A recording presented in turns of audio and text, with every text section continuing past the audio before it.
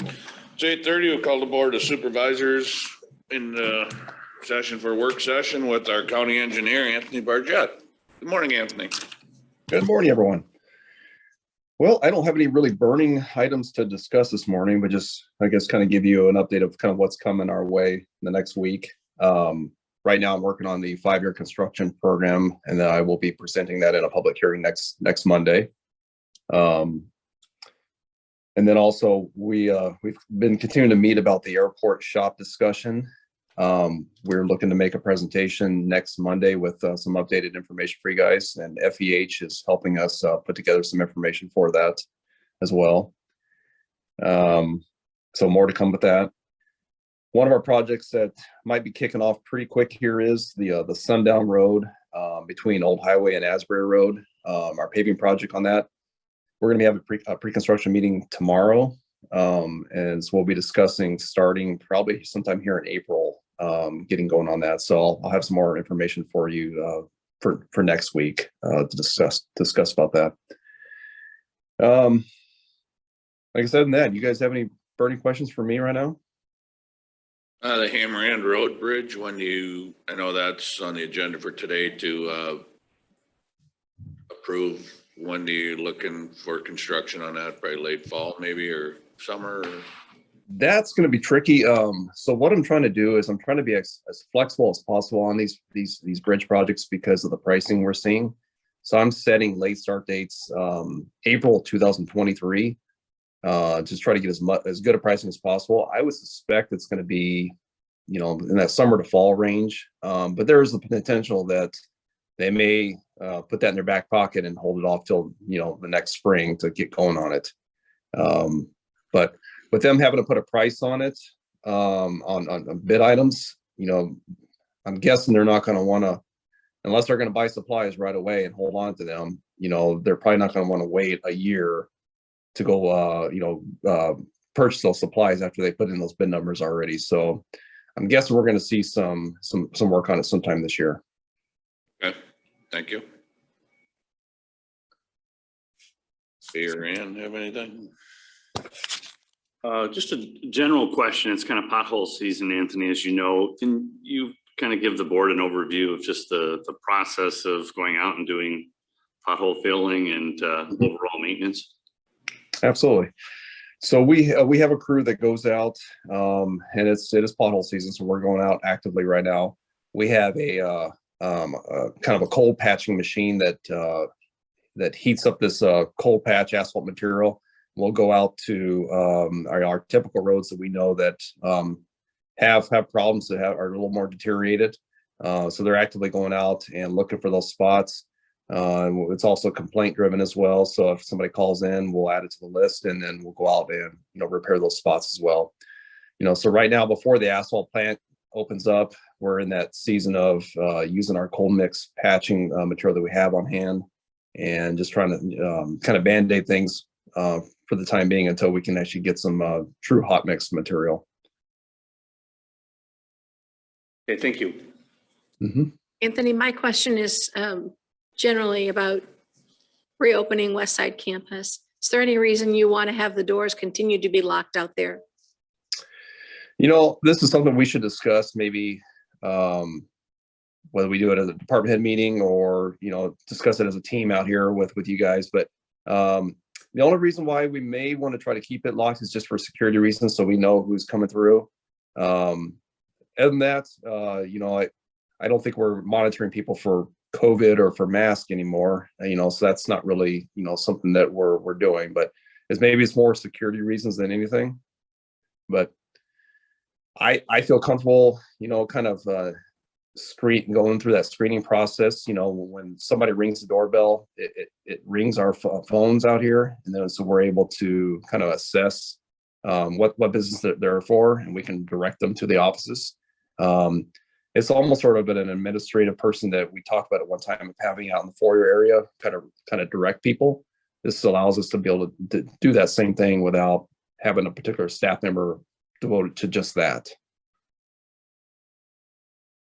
I continue to get complaints, and that's what they are now from the public, that building is not open to the public.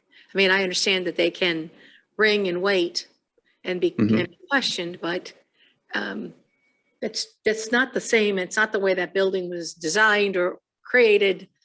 And I'd like to get to open. That's what I would like to get to, it being an open building, open to the public. That's ultimately up to you guys. I mean, we're not denying anybody, so nobody's denied accessibility. It's just, yeah, maybe a little bit of a slowed down process to get there, but that's, you know, we always direct people to where they need to go.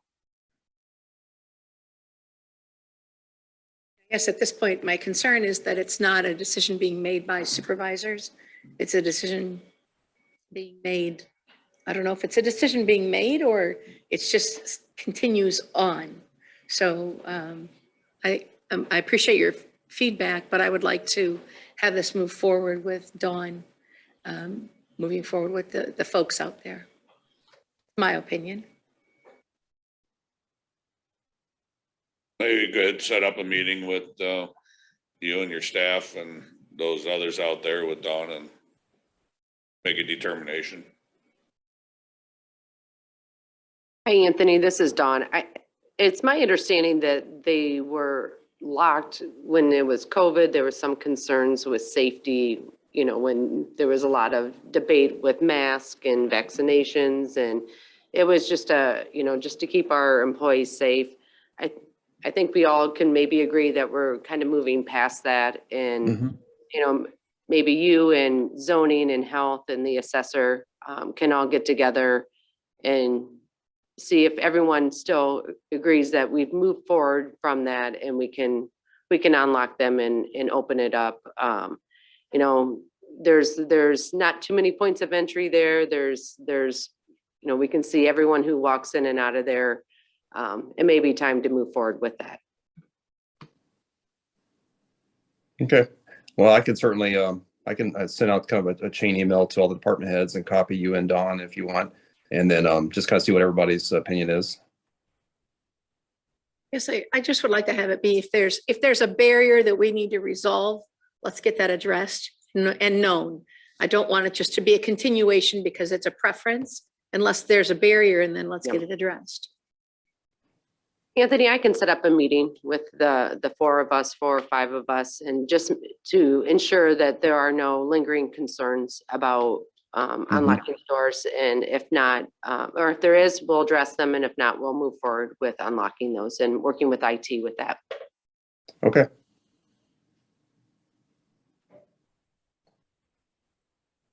My only other question is going to be just generally looking ahead to Zyper. It's just looking for status on the DOT's was going to be doing some study, and that's all. Just spring of the year. If there's an update, if you know of one, otherwise, when there is one, let us know. Sure. I guess the most recent update would be that I sent in the request to the DOT to request that traffic study to be done with the consultant that they have on hand. I think they have up to 100 hours that they can request through their funding mechanisms. That consultant reached out to me about some just general questions, and I know they're actively working on it right now. So beyond that, I don't have much of an update, but we're at least the wheels are spinning at this point.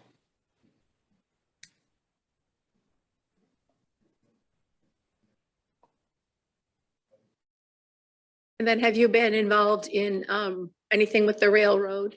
I know that Chandra had an initial, they're getting prepared to meet with the DOT on the railroad crossings.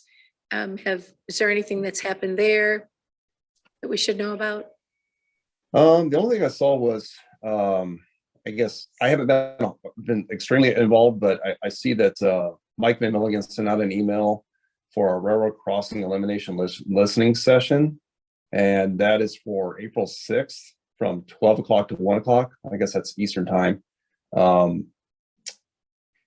it looks like they're going to be talking about metrics for safety improvements, host railroad infrastructure, owner supports, and program funding activities and set-asides.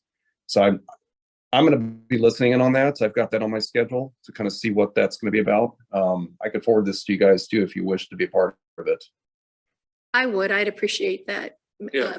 Mike had reached out to me and asked what involvement the county wished to have, and I just said any county involvement would come, I mean, through you. That's how I thought it would flow. So, but if Sure. there's a listening opportunity, I would appreciate that. Yeah, that's apparently it's Sabrina McNeil, the Office of Government Affairs, Federal Railroad Administration. So it's a federal program that's being putting on. I'd like that also, Anthony. I will send that out right after this meeting. Thank you. Jay, anything further? Nope. Nope. All right, I don't have anything further either, Anthony. Thank you very much. Okay, thank you. Have a good day. You Have a too. nice- Have a good week. Yeah, bye. Entertain a motion to recess until 9. So moved. We'll second that. A motion a second to recess until 9. All in favor signify by aye. Aye. Aye. We are in recess until 9.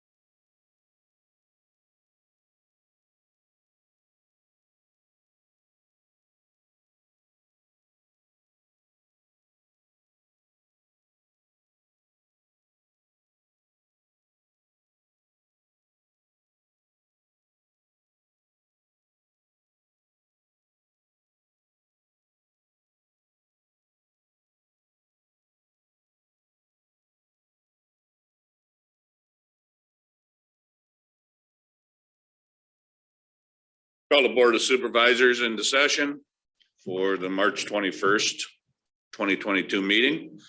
Start the meeting with public comments.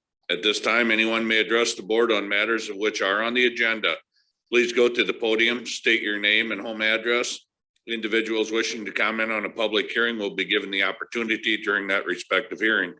Individual remarks are limited to 3 minutes. Do we have anyone in chambers wishing to address the board? Seeing none, do we have any on Zoom? We do not.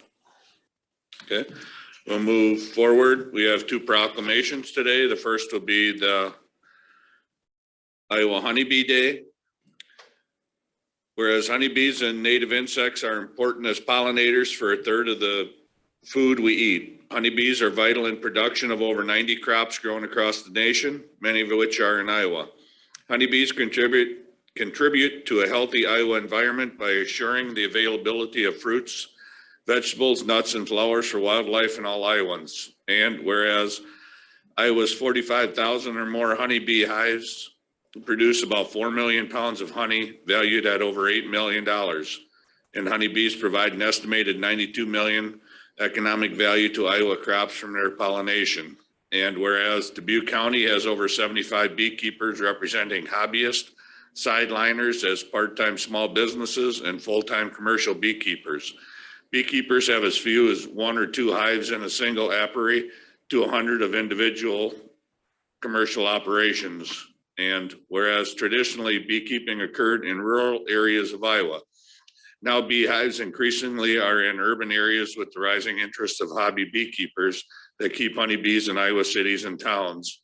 And whereas the Dubuque County has an active pollinator program through the County Conservation Board highlighting all insects that help pollinate our crops and flowers, encourages the education and expansion of honeybees and the value they bring. And whereas honeybees face serious threats from invasive pest and disease, decreasing bee-friendly habitat, variable climate, and pesticide and herbicide pressure.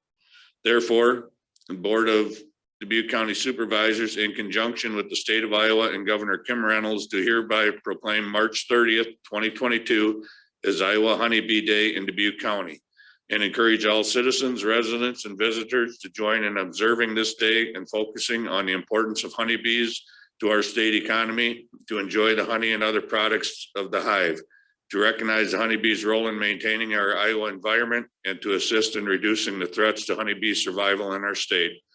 Proclamation adopted this 21st day of March, 2022. We have HR Cook. Speak on that. Cook, 1692 Country View Drive. On behalf of the Swiss Valley Bee Club, and as I represent the Iowa Honey Producers as District 6 Director for Northeast Iowa, we find that honeybees and hobbyists that we have in Dubuque County are very active. We have a lot of urban, like you said, urban honeybee keepers. And of course, I was explaining to Supervisor McDonough that as far as the county is concerned, Dubuque County is one of the more relaxed counties as far as allowing honeybees in urban areas and in the county areas as far as zoning is concerned, which allows us to enjoy our hobby. And really with the honeybees I have started out with, during COVID, started out with about 100,000 honeybees. And Dawn is one of my neighbors, and she can attest that her flowers look great during the summer.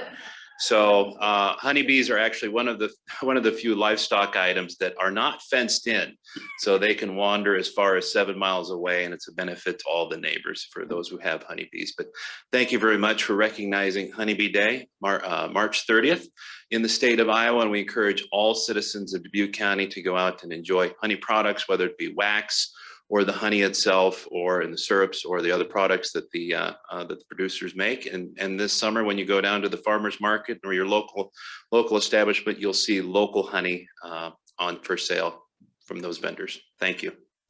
Thank you very much. Motion to approve. I will second that. Have a motion and a second to approve the proclamation. All in favor signify by aye. Aye. Aye. Aye. That carries. Do we want to do pictures now, or we want to wait till after the second one and then do all the pictures? Okay. Sure, come on up. One of the flags there.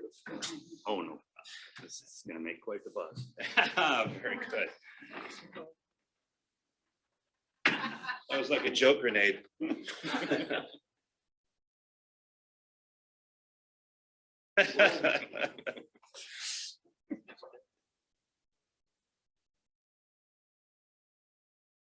Very much. Appreciate it. Thank you. Oh, thank you. Thank you.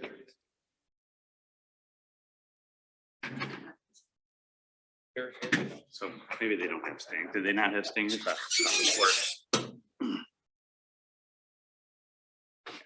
We'll move along to our next proclamation, World Down Syndrome Day. Whereas approximately 1 in every 700 children are born with Down syndrome, representing an estimated 6,000 births per year in the United States.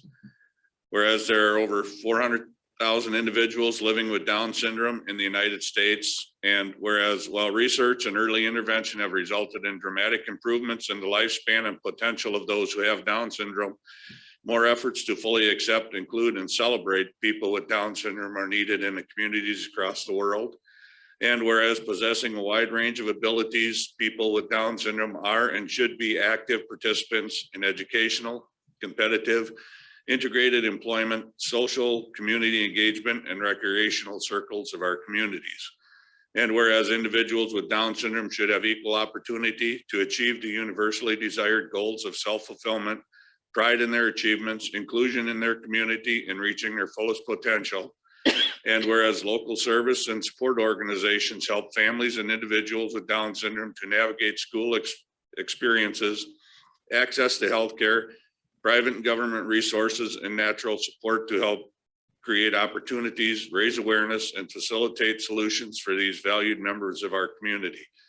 Now, therefore, we, the Board of Supervisors of Dubuque County, on behalf of all staff and citizens of Dubuque County, do hereby proclaim March 21st as World Down Syndrome Day in the County of Dubuque, Iowa, in support of individuals with Down syndrome, as well as their families, advocates, supportive community members, and professionals in supports and services industry. I encourage all residents of the County of Dubuque to work together to promote, respect, and inclusion of individuals with Down syndrome and to celebrate their accomplishments and contributions. Proclamation adopted this 21st day of March 2022. With that, I have 3 young men here, special guests that I'd like to introduce. First being Kyle. Would you stand up, Kyle? Ben Leahy. And Jeffrey. 3 of my friends.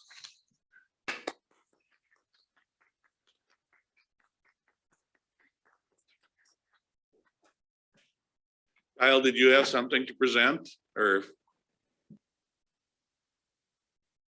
Jeffrey can come up. Yeah. Jeffrey. Okay.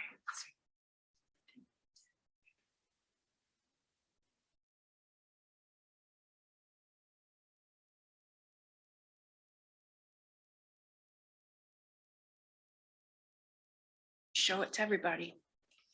Everybody in the room. Good morning, Kyle. Good morning.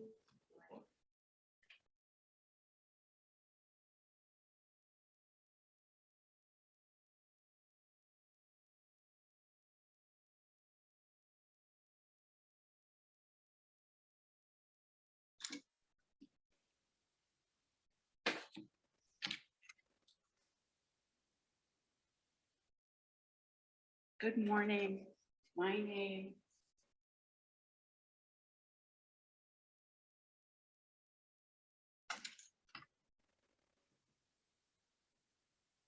I am a member of the Dubuque County Disabilities Council.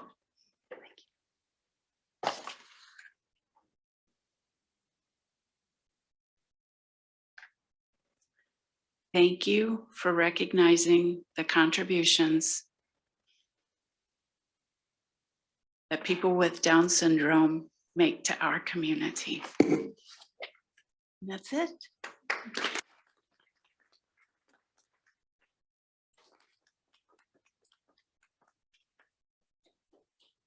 I'll make a motion to approve the proclamation. Second. You have a motion and a second to approve the proclamation. All in favor signify by aye. Aye. Aye.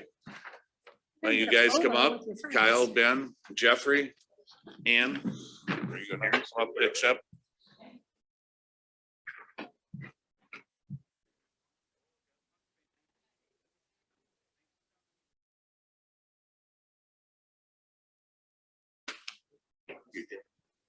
Yes, you gotta get the little thing. You guys get in there, we'll squeeze in the end. That way if we get cut off, you know, we got the good looking people. I'm going to add over it. Squish together.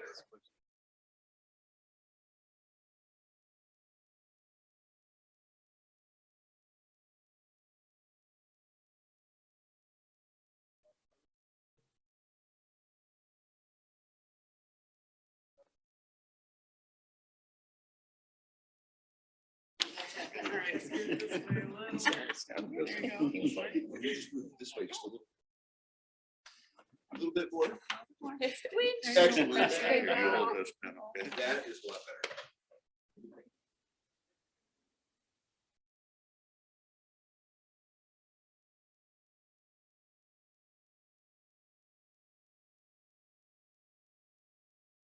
Hey, good sound for the camera. I'm Ann with them. Yeah, nice to meet you.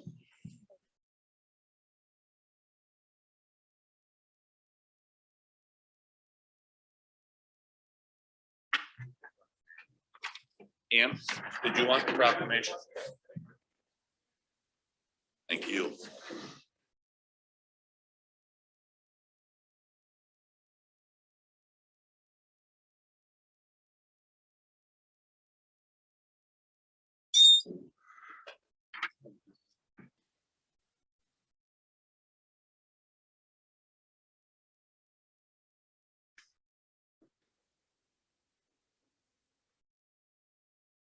Okay, moving on, we'll have the approval of the minutes of the March 14th meeting. Approval? I will second that. Have a motion and a second to approve the minutes of March 14th. All in favor signify by aye. Aye. Aye. Carries. Next, we'll have consent items. They have Derby Grange and Highway 20 Auto Plaza. Class BB beer permit for Derby Grange and a BC beer permit for Highway 20. I'll make a motion to approve both consent items. Second. Have a motion and a second to approve the consent items. All in favor signify by aye. Aye. Aye. Aye. Next we go to procurement procedures. Request for proposals to furnish and apply pavement marking paint for Dubuque County secondary roads. Anthony on for some context yet, or? Yes, good morning. So this would be request for proposals to apply paint for our pavement markings for throughout the county for our highways. Okay. Thank you, Anthony. Motion to approve the request for proposals by Friday, April 8th, to be opened on Monday, April 11th. And I will second that. You have a motion and a second to approve the RFPs for the pavement markings. All in favor signify by aye. Aye. Aye. It carries. Next, we have notice the bidders bridge replacement on Hammerhand Road, project L-B23 parentheses 04-73-31. Anthony. Yes, good morning again. So this would be sending out a request for proposals for the replacement of the Hammer Road Bridge. This has an April 3rd late start date with 75 working days. I'll make a motion to approve the notice for bidders for 3 p.m. on Friday, April 8th. Second. Have a motion and a second to approve the notice to bidders. All in favor signify by aye. Aye. Aye. Carries. We go to public hearings. We have proof of publication, public hearings. Make a motion to approve the proof of publication. And I will second that. Have a motion and a second to approve the proof of publication. All in favor signify by aye. Aye. Aye. Aye. Carries. Next, we have a public hearing on fiscal year 22 re-estimated budget. Good morning, everyone. Stella Rundy, Dubuque County Budget Director. So on our agenda today, we have two public hearings related to the budget. The first is the second amendment of our FY22 budget. In conjunction with our full budget every year, we do a reestimate. So this is our reestimate, second amendment of the year. This is the notice that went out in the paper, and as you walk down the form, it shows our revenues, and then on the second half of the form, our expenses. And as you look at this document and the FY23 documents, this information is also reflected into those FY23 documents under the re-estimated column. So these will match up as you look at them. You can see that, so this document is laid out with our budget as it was last certified or amended in the first column, what our amendments are to the budget, and then what the budget will be after the amendment. So those are what the three columns represent. And so we're amending in $11.1 million of revenue. The bulk of that for the second half of our ARPA that we're expecting to come May 10th of this year. That's almost 9.5 million of that 11 million. So our total revenues, we're amending to be 66.1 million. And then total expenses also. I got a little bit of a delay here. Yeah. Subtotal of our expenses, we're amending in about $2.4 million of expenses as well into this budget. A lot of that ends up being capital projects as they roll forward, or we know a county of our size, we do have a lot of activity throughout the year. So as the board makes decisions throughout the year, those things get amended in. So subtotal of our expenditures is just shy of 70 million. And we're anticipating that our fund balances will be approximately $54 million at the end of this fiscal year. I'm happy to answer any questions on this amendment. Otherwise, then we need to go into our public hearing. I just wanted to make a comment to draw it to the public's attention again, that we are increasing the expenses by more than $1 million from mental health disability services. Yes. So those are fund balance transfers. So when I see people post on Facebook of crisis that people are in, we are responding as best we can. There's $1 million additional in services that are going out into the community as we speak to fund additional mobile crisis. I mean, we are aware that is a crisis, and we are attempting to move resources to try to be part of the frontline solution. So I appreciate that that's there. It just reminds me again that it isn't as if we're not doing anything to respond. We are trying.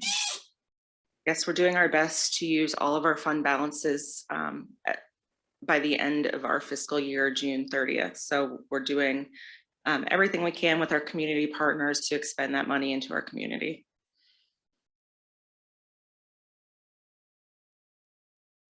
Jay, do you have anything? Just a motion to open the public hearing. Second. Have a motion and a second to open public hearing. Anyone wishing to address the board on the budget? Vote. Vote on that. Motion and a second. All in favor signify by aye. Aye. Aye. We're now in public hearing. Anyone wish to address the board on the budget in chambers? Have no one in chambers. Do we have anyone on Zoom, Kevin? We have no indications on Zoom. A motion to close the public hearing. I will second that. Have a motion and a second to close the public hearing. All in favor signify by aye. Aye. Aye. Aye. So the next piece would be the adoption of this re-estimated budget. So once the board adopts the budget, I can go into our state system online and do that official adoption. So I'd be looking for a motion for the adoption of this FY22 re-estimated budget. So moved. I will second that. Have a motion and a second for the amended 22 budget. All in favor signify by aye. Aye. Aye. Aye. Carries. Okay, so then there are two resolutions related to this. Just real quick. So the first one is the appropriations. So by code, we have to do a resolution to appropriate expenses for each county office and department. And so this walks through, it's several pages long, but it walks through what the original appropriation was for each fund and department and what the amendment is and the amount of the amendment and how much the new appropriation will be. So it's by fund and by department within that fund. I'll make a motion to approve the resolution. Second.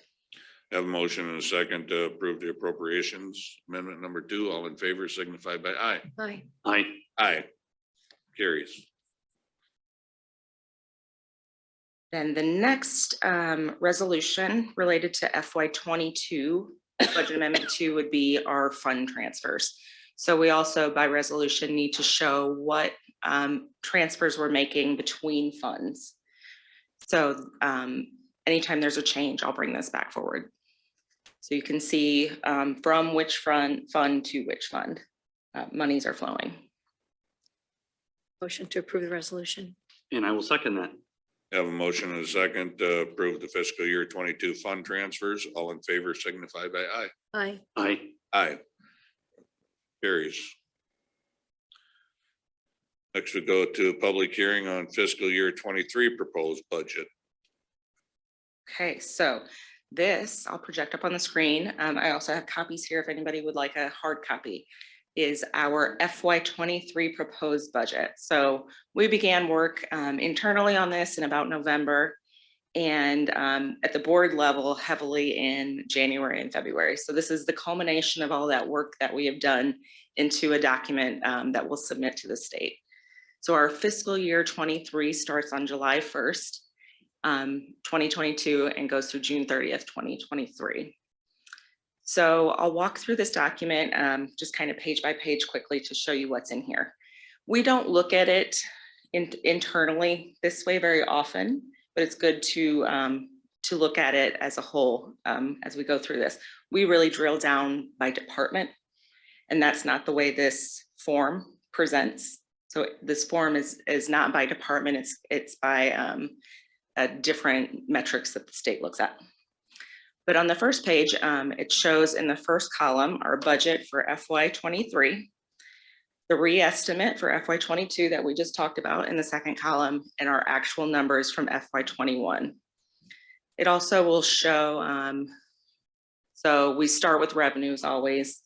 The taxes levied on properties, you can see, is decreasing over time due to the changes the board has made at our levy rates. So this coming year, we're projecting about $60 million in revenues. It's pretty in line with prior years. And then expenditures, sorry, there's a little bit of lag in my scrolling. We're projecting about $78 million in expenditures for FY23. So we have a lot of activity going on, a lot of projects. A lot of road projects. If you remember, Anthony has a very aggressive year coming up. And so we'll be using fund balances. So if you recall, we just said that our estimated fund balances will be about $54 million at the end of June. And so spending some of that down again into next year, we're estimating our fund balances at June of 2023 to be about $37 million. And then this also has our proposed tax rates per $1,000 of taxable valuation. So our urban areas are 5.35009 proposed, and our rural areas would be 9.00911, which is a reduction of 39 cents, I believe. So then as you walk through, we get into more and more detail in each page. Excuse me. The second page was the first notice of public hearing that we held 2 weeks ago. This was new, excuse me. 3 years ago, we started presenting this, and it looks at general county services and rural county services and the percentage, proposed percentage change in each of those areas. So we had a public hearing on this 2 weeks ago. So this just recaps that in the budget.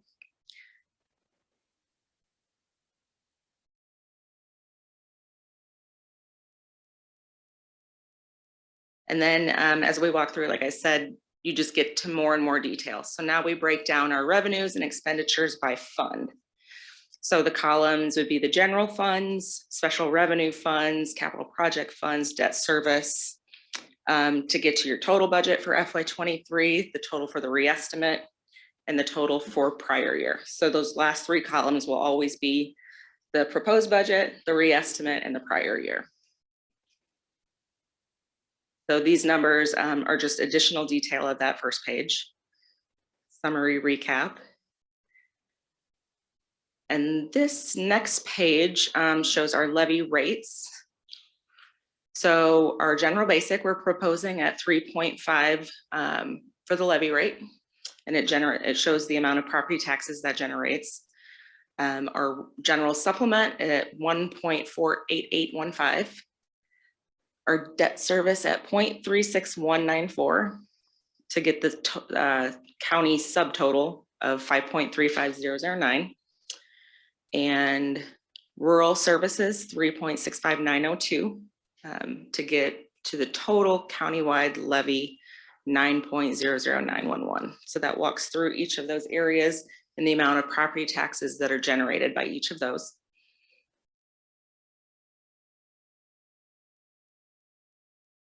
And then there's some other information that the state looks for, which are the official county newspapers. We designate those in the budget, and those are where we would publish any notices for the county. So we have 3 official county newspapers and also the elected officials' annual salaries. So that was acted on by the compensation schedule from the comp board. Whatever is set in this budget always is in this page of the proposed budget. So this is the actual page that will be signed by the chair and the auditor and certified to the state. And then, of course, we continue to walk through, here's the detail of the revenues. So by fund and by type, it walks through many things, so taxes, other county taxes and TIF revenues, intergovernmental revenues. We also have licenses and permits, charges for fees, things like that. So it walks through how much is generated in each fund in each area. That's the detail there. And also the transfers within, so we acted on a transfer resolution earlier. The transfers are displayed here. So that's revenues, then it goes into different service areas. So these are the service areas that the state looks at, the things that county government does. So service area 1 is public safety and legal services. So this is mostly the county attorney and the sheriff department. So a lot of their expenses are reflected into this page. Physical health and social services be the next page. So the things that we're doing in those general areas.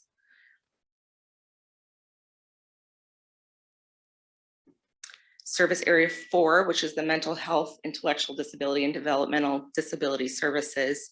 You'll see this one will reflect the current budget, FY23 reestimate, and last year, but nothing for next year, as the state has made that change. So these services will no longer be funded on property tax levies, and they are funded through the state.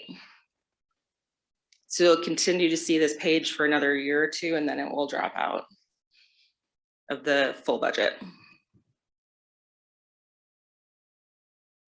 Then our county environment and education is our service area 6 designated by the state. So you can see the things that we're doing in that area.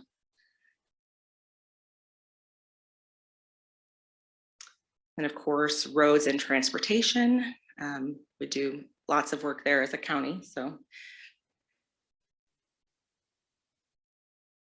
And government services to residents is service area 8, the next page. That includes elections, vehicle registrations, driver's license services, recording documents.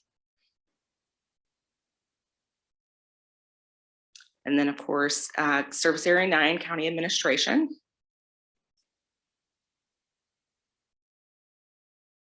And finally, the service area 0, which is kind of non-program expenditures that don't fall under one of those categories that we just discussed. So a lot of pages, a lot of detail within each category and fund. And then it always ends up with the fund balances again to show you our total sources and uses and requirements. And the final page in here is our long-term debt schedule. So it shows our different bond issues and the payments on those that we'll be making. That's the content of this. I know that's a lot. I'm happy to answer any questions that the board has. Otherwise, we'd be looking to go into public hearing. Questions, Jay? No. A motion to open the public hearing. And I will second that. A motion, a second to open public hearing. All in favor signify by aye. Aye. Aye. Aye.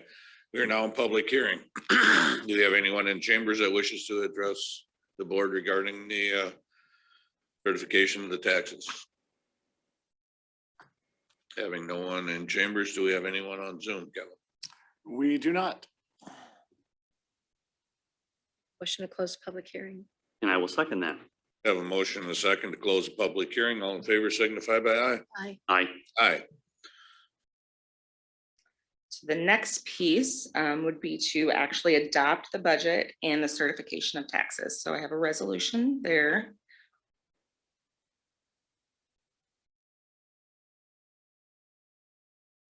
So this resolution certifies that we're going to adopt the budget that we just looked at and certify the tax levy rates as follows. So we've walked through those: general basic 3.5, general supplemental 1.48815, debt service 0.36194, total of 5.35009, and then rural services at 3.65902 for a total levy rate and a significant reduction this year at 9.00911. This might be the good news for the citizens out there, and at least a little shorter document compared to numbers. So just to point out that the 9.0, or basically the $9 levy for those that live in unincorporated rural areas, is a 10% reduction that the board has taken over the last 6 years. The percentage is a little higher if you actually live in an incorporated area, one of the 21 cities in Dubuque County. So very proud of the Board of Supervisors in the state that had a hand in that, in lowering the property tax levy. That is the single tool the Board of Supervisors has to reduce taxes. We're not responsible for valuations. We're not responsible for either new development or potentially, the reduction of the development. We can control only the tax levy, the actual multiplier related to assessed 1,000 value.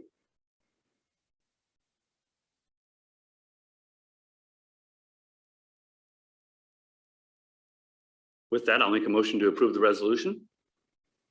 Second. Have a motion and a second to approve the resolution. All in favor signify by aye. Aye. Aye. Carries. Then we have one final resolution related to the budget. So We must by resolution approve the compensation schedules from the compensation board. So this walks through what the compensation board, when they met, what they recommended, and then what was actually approved by the Board of Supervisors. While I complimented my board colleagues, both today and previous boards on reducing the tax levy, this is an area where I think we missed. In short, those numbers are just too high, too fast for public service, in my opinion. I've voted previously against these individual increases. We have dedicated employees. They're thoughtful, they're conscientious, and they do a good job. But in the public sector, in my view, these compensation increases are just too far, too fast. In addition to the ones last year were also very high, 6.5% last year, and the highest one today is 15%. I just feel those are out of line related to the public sector. And, you know, I've been here voting since 1984. I never heard one elected official ever say, if elected, I will raise the wages of those employees by double digits. Never. So I'll be voting against this resolution. That's fine. Over the past several years, they have not received very much of a raise. They have been behind. They continued to fall further behind. The only way to get them up to where they needed to be was take the cart and start pushing it. I understand your point. It is a big jump, but we shouldn't have had to take that big of a jump had previous boards kept up with the cost of living, that these people wouldn't have fallen so far behind. But I would make the motion to approve the resolution. I will second the motion. Have a motion and a second to approve the resolution. All in favor signify by aye. Aye. Aye. All opposed, nay. Nay. Motion carries. Oh, thank you. Thank you very much. I appreciate Yeah, it. well done, Stella. Great job on the budget once again. Thank you. Thank Glad that you. your smile has returned. Yes. all Spring your and the hard budget work. is done. So thank you all very much. You have anything else, Stella? Nope, that's it. Thank you. Thank you. Next, we'll move to the approval of Platts. Resolution to approve the final plat of Hilton Hill subdivision. They have Jeremy Lehman here. There is one correction that he would like to make note of on the plat itself. Yep, just up in the requesters. Oh, I'm sorry, Jeremy Lehman. Just up in the requesters area there, I have it as section 22 currently, and it should be section 23, but there's nothing else in the plat or legal description that is stated wrongly. So it's just that one small correction. All right, and you'll work to get that corrected, or? Yep, Could it come back to us next week? I can It's have it right. appropriate I've got it spelling? right now. If that works. Got it corrected, it's just wrong in our thing. So you'll be signing the final corrected documents. Right, you got it corrected, Yep. right, yeah. Right. And do we have Tammy or anybody with us? I'm here. Can you hear me? There she is. Go ahead, Tammy. Morning, everybody. The property is owned by Carol Bolin, Madonna Klein, and Margaret Moots, and is located 5.06 miles east of the city of Dubuque along Hilton Hill Road with a total of 32.57 acres surveyed. This property is owned R2 single-family residential. The purpose of this plat is to separate the land that is used as a cow pasture and sell the other lot for a horse pasture. The survey creates two lots. Lot 1 is a total of 29.15 acres surveyed and will remain in current ownership and agricultural use. Lot 2 is a total of 3.42 acres surveyed with 2 barns, and it will be sold for a horse pasture. Lot 1 will use an existing field entrance off of Hilton Hill Road, and Lot 2 will use an existing field entrance off of Hilton Hill Road. There were no additions other than the one that he has just spoke about this morning for a correction. There are no mortgages on this property, and all of the signatures are current. This plat's been reviewed by myself as Platts officer, has all the required signatures. I respectfully recommend approval. Other than that little section situation that he has mentioned, everything else is good, and this is zoned residential. Even though it's used as an agricultural use, it is zoned residential, so we really don't have a lot of complication with this plat. Thank you, Tammy. Anyone have questions for Tammy? Cow pasture and horse pasture, what's not to like? The both. And do you have anything? I'll make a motion to approve the plat as revised. Second. Motion and a second to approve the plat as revised. All in favor signify by aye. Aye. Aye. Aye. Carries. Thank you, Jeremy. No, that's fine. Or give it to Kevin, yeah. Thank you, Tammy.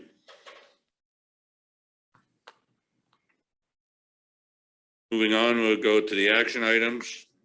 I have a resolution to approve the amended fiscal year 2022 secondary road budget and the fiscal year 2023 secondary road budget to be submitted to the Iowa Department of Transportation.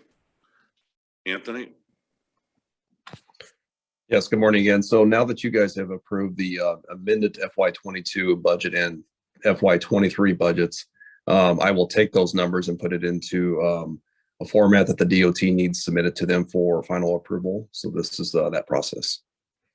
Thank you, Anthony. Mhm. Questions? Make a motion to approve the resolution. And I will second that.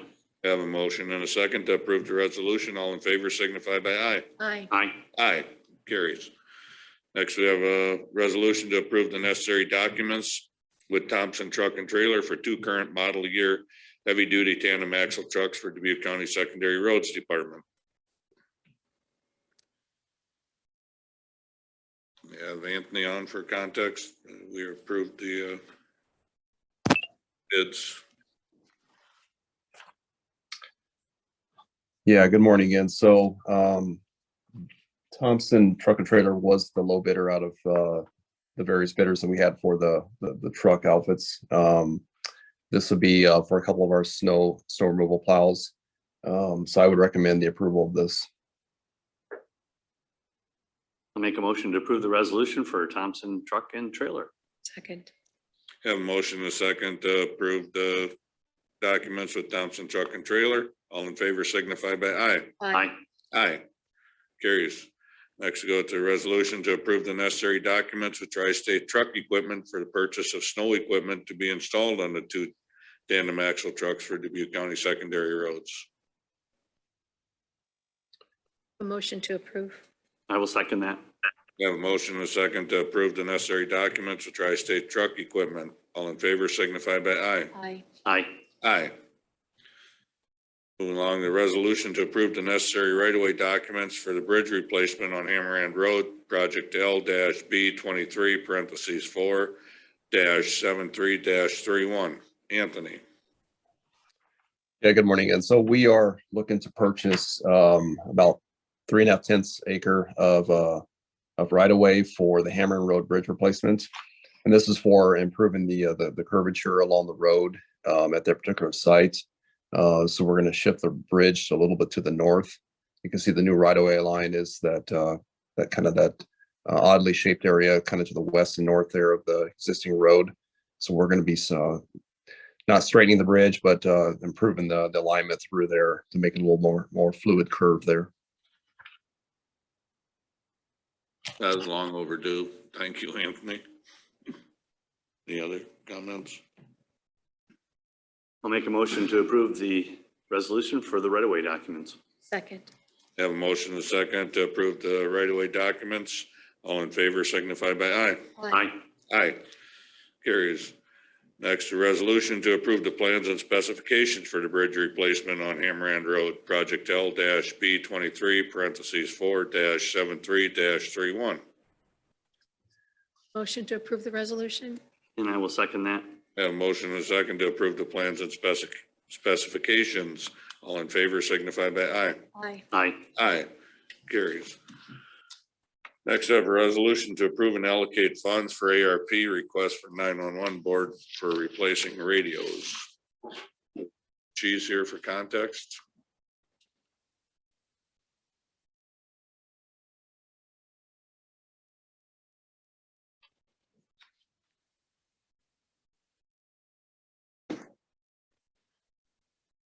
Good morning, Tom Berger, Dubuque County Emergency Management Coordinator. I also have Pete Haggison here. He is the president of the Dubuque County Firefighters Association. During our budget hearing this year, I was asked to go through and figure out the replacement cycle for radios that are due to be upgraded. Again, our handheld radios that we have roughly a 10-year life expectancy. However, we get more out of them than that. So I compiled that memo, and over the next 3 years, we're going to have a total of 411 radios that need to be replaced. Our initial ARPA request was for 289 radios to replace the P7300 model, which is a model that is no longer supported by Harris anymore due to the age of the radios. So with that, at our last 911 Public Safety Committee meeting, we were notified that Harris is going to have a price increase coming up March 22nd. Talking with Ken from Raycom, we do have a little leeway in that, but there is a chance for the county, if we were going to do something or move forward with it, you know, there'd be a substantial savings with the radios if we were going to look through the ARPA. The radios that they affect cover both volunteer fire and the sheriffs and police departments in the small cities, as well as some for the city of Dubuque. So that's kind of where we're at. So we do have a couple options. I guess it's probably how you feel with the savings, or I mean, it's a big expenditure with the radios, but it's kind of core to the response for the volunteer fire and EMS, especially, as well as obviously law enforcement. So I don't know if you have any questions on the memo that I sent last week. So this includes city police and city fire also, correct? The first 289 does not include city fire. They would have been, when we did them back in 2011 through 2013, we did two.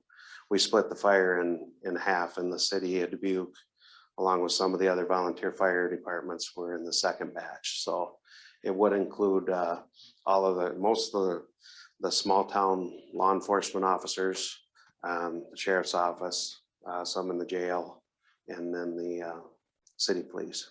So, Okay. and I think 6 or 7 of the volunteer fire departments. I was just, I guess, referring to that the city police and city fire are also Right, included in yes, all this. Right? in the total number of radios that we have, yes, they are. When And we if the say, money, when we say the word city, are we saying city of Dubuque? City of Dubuque. Okay, referred to. because for me, when I hear city, I think which city? Mhm. So that was a confusing thing to me. So this includes units for the city of Dubuque Fire and city of Dubuque Police. And yes, and it'll include the conservation department, any public safety agency in Dubuque County that is currently on our system. and if these funds wouldn't come out of the ARP, where would they come out of? Well, we would be back asking for through a budget process is where it started. So, you know, we'd be back over the next few years. You can see some of them in the graph through 2013. So next year, some of the other ones, mostly the other fire departments that weren't in that first batch, would be due for replacement. And again, with the some of the shortfalls we have with the paging system now, with not being able to hear the pages. So these radios, we would take them off the county maintenance cycle. They'd be replaced once by the county, but we could still use them for additional radios for the volunteer fire departments that would help them, you know, as they get that additional information, because the only way they can get additional information after the page goes out is if the dispatchers have time to type that to them and send out another page. So we would reissue these radios that come in to the volunteer fire departments, and some of them might last 2 weeks, some of them might last 4 or 5 years, you know, so it'll fill that gap where we lost some of the communication losses with the pagers. But the original radios are part of the tower purchase system, right? We Is that started replacing, the county supervisors started replacing radios for us in 2010. I believe we came to the supervisors knowing that the volunteer fire departments, CMS, and agencies would not be able to afford the radio systems or the radio radios as they were, so we were able to start replacing them at that time. We put in our old system and then the new system that we have now, so they're kind of dual purpose radios, so. Yeah, they were all either purchased through, most of them through the supervisors, or the County Fire Association also received 3 federal FEMA grants for about 900,000 that was able to use towards the purchase of the fire radios at the time, you know, and then that was matched through, I believe it was 90, roughly, whatever the split was, the match came from the supervisors for that. You'd mentioned, I think 6 or 7 volunteer units were you talking about, or actual? Yeah, in the radios? first batch of fire department radios. It would be more than. Yeah, there's 6 13. radios, it'd be There's- multiple. Right, there's Okay. 12 volunteer fire departments, then additional 3 volunteer ambulance services that are separate from fire. Okay, thank you. I would have preferred to see this as a work session. I Mhm. understand that it's here today because there's $100,000 in savings opportunity. But what I see is the need to replace radios over, I think the next sheet shows us well into 2034. So Mhm. this is budget. This is a budget item. And I mean, that is my reservation today, that this is a budget item. It will need to be in the budget. I understand we can pay down some of it with ARPA funds, but this has never really been worked up as a budget item. And the answer to the question, how do we do this over the length of time that it takes? And I greatly appreciate that the memo shows us the need on the long-term basis, but I was even, I guess I needed to be reminded, Tom, that we were responsible for the radios for the city of Dubuque Police Department and the city of Dubuque Fire Department. To me, that seems like we need to have a budget discussion with the city of Dubuque as well. These are all public safety issues that we're working on, forward some steps, hold, come back. So I think it's a process that we're in. I'm hesitant to do this in terms of it being a resolution to move forward, because I just think there's more to unfold here to understand over the course of several years. If we do this, we're buying the whole thing going out to, what's the latest date here? 2030? Yeah, it goes out with the mobile radios that are in the vehicles, their 15-year life expectancy, but that's in my budget hearing when we talked about that, that's where this came out of, Right. because we wanted to get a game plan of all the radios and the replacements. So that was a start. Right. And I think we can bring it back as a budget, as a work session. And Kenny Fleege is on the line from Raycom, or I think he is on Zoom, but now that March 22nd, the increase is going up, but I think he can get approval with Harris and Raycom corporate that if we're moving towards something, we could definitely. Tom, maybe buy you some can time. walk me through a little bit about the process of how this got here. I know there's, various committees that you work with, and obviously we have the, Firefighters Association within Dubuque County. Just tell me the process you went through to make this recommendation. Well, we did apply as the County Fire Association, or the /911 board, because it includes Sheriff's Office and law enforcement.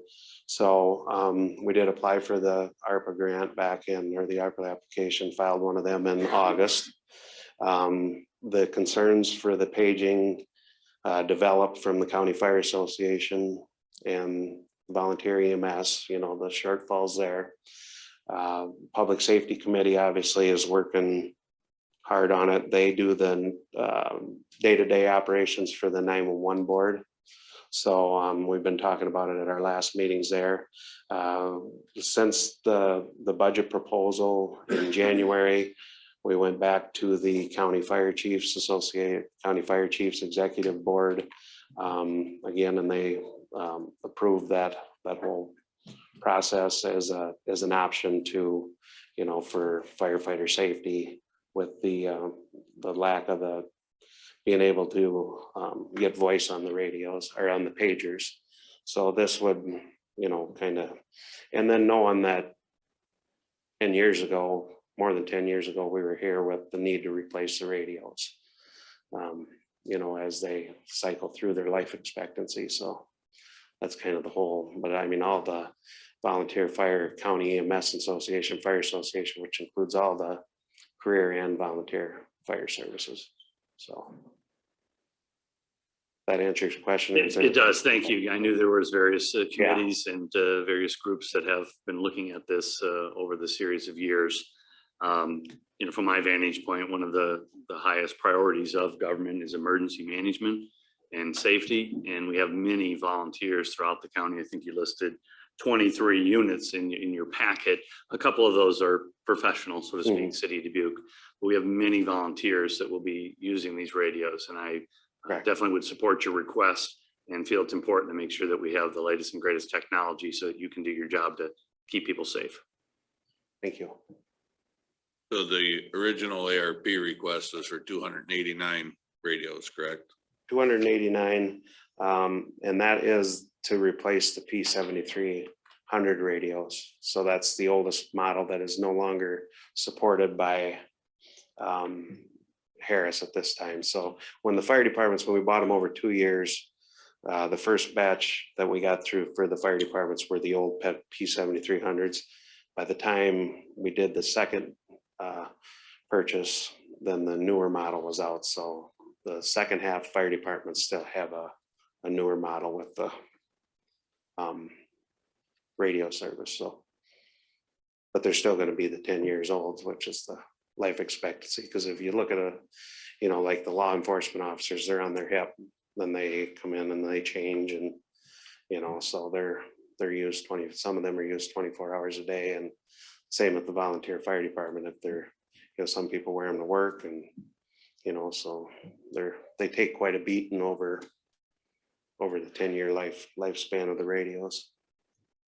Why is this county responsible for providing these radios? Well, because it's a countywide system. There's only one system in the county that we use for public safety radio. And when we can come to the supervisors again, just, you know, you guys can tax for everybody in the county, whether they live in the city of Epworth, rural area, so it affects everybody the same, is really why we came to them in 2010 when we knew we weren't going to be able to afford everything. So this goes to the underlying issue of how do we tax people for the 911 system that's countywide. So my hesitation today is the same that I've expressed before. We don't have that resolved in terms of that it's not a countywide levy for how we do public safety. There are other projects that we are working on related to public safety, including a new 911 call center, that we don't have an agreement with the city of Dubuque how to tax that countywide. So obviously I want law enforcement and fire to have what they need. And my heart speaks to the volunteers that they're out without the latest technology that they need. But this is another example of a bite at something that doesn't fix the underlying budget issue at the county of how we do this fairly countywide response to 911. So that's my hesitation to do this today. It's another, well, it's an easy vote because it's for fire EMS, yes, of course, but we're really not addressing the underlying inequities that we have in how we levy taxes for public safety. We need to have that lengthy, difficult conversation. And when you were here during budget time, you had the sheriff with you, I mean, other folks were with you saying, when are we going to address this issue? We need to get this all right. So that's my concern. I understand you're here because there's a money saving opportunity, but I am just reluctant to, again, kind of, I'm going to use your phrase, kick the can. I've heard my colleague Chair Pothole say that many times. We're just continuing to kick the can as to how we're going to fund public safety. The ARPA funds are not going away. They can be used, but we also can begin to work on our budget for next year. There's nothing saying we can't work with. There's Stella Rundy nodding her head. We could be really working right now, looking at the budget. We got to get ready to do the right amount of levying for public safety for next year. Well, and since our other work session on the 911 center, we did go back and meet with them groups and get their support. So I think we're ready for another work session on that sometime in the future too. So keep that discussion going. One of the comments I'll make, and I was on the board when this occurred, is that the county did approve on a 3-0 vote the purchase of the countywide 911 system that would be paid through debt service entirely through the county. So I had many questions and discussions related to what Supervisor McDonough is referring to today, related to who should pay for that and the taxation. But in the end, it was for emergency management and safety, and it was unanimous 3-0 vote. Where I see it today is we have American Rescue Funds, and one of the highest needs, as I mentioned, is EMS and safety. Just last week, we appropriated almost $1 million in other categories of good applications. And I don't see any reason to wait on this application and this request. And so I will be making a motion when we're done with discussion to move forward, but certainly like to hear my colleagues' other thoughts and concerns. Obviously, if we don't take the money out of the radio or the ARP funds for the radios, we're going to be taking it out of our budget. We'll be asking you to, yeah. They got to be replaced somewhere along the line. If we can save 100,000 by getting them ordered at this time, I think it's probably a good move. I am working on the emergency management thing, waiting for some other pieces to fall together, but I am working to try to get that resolved also. But I would also be in favor of using the ARP funds for the initial request of the 1 million for the 289 radios. So here I am as an elected official in an election year, and I'm going to vote no, Tom, because I'm about process. And I don't think this is the way we want to go about this. I think we have to have a discussion about public safety and the proper way to do that levy. And this isn't the way that ARPA requests come. This isn't the way we've agreed to do ARPA process. And I guess, you know, that'll be the headline, right? McDonough votes no for public safety. But this is not the way to go about this. And that's the reason the vote is no. Had there not been a substantial price increase in the very near future, as in tomorrow, this probably wouldn't have gotten brought up this way. It would have went through the regular channels. But with the price increase, I thought $100,000 savings was substantial. That's why it got brought up. I understand the way that, it did. And Supervisor Pothole, but it commits us to a status quo for 15 years into the future when we need to have those underlying conversations. this has nothing to do with 15 years. That's the radio replacement That program. was what you requested at when we had the 911 meeting. That's what it looks like in 15 years. We're just dealing with the radios that need to be replaced right now, that we're either going to take out of property taxes or we take out of ARP funds. So I think taking it out of the ARP funds saves the property tax dollars, stretches them a lot further. For next year, there'll be more radios that need to be replaced. I understand, but then next year the argument will be, well, you've already done that. So it just continues to compound itself, and it just kicks the can. It's not about final solution. And if we can come back and have a work session and begin to open up the layers and the work that needs to be done on this, then I think we're working toward a solution. I am not concerned about the increase if we're working to get it right. Well, as I said, I am working with the city yet. I know you are. And hopefully that will be resolved. I think we're talking about two different things. So the 911 is operational. That we had a work session roughly 2 months related to that, and that the city was, verbally at least proposing that the county takes over even the operation of 911. And that discussion probably needs to keep going. I think there's, over $11 million, if not higher, precedent that the county has paid for equipment.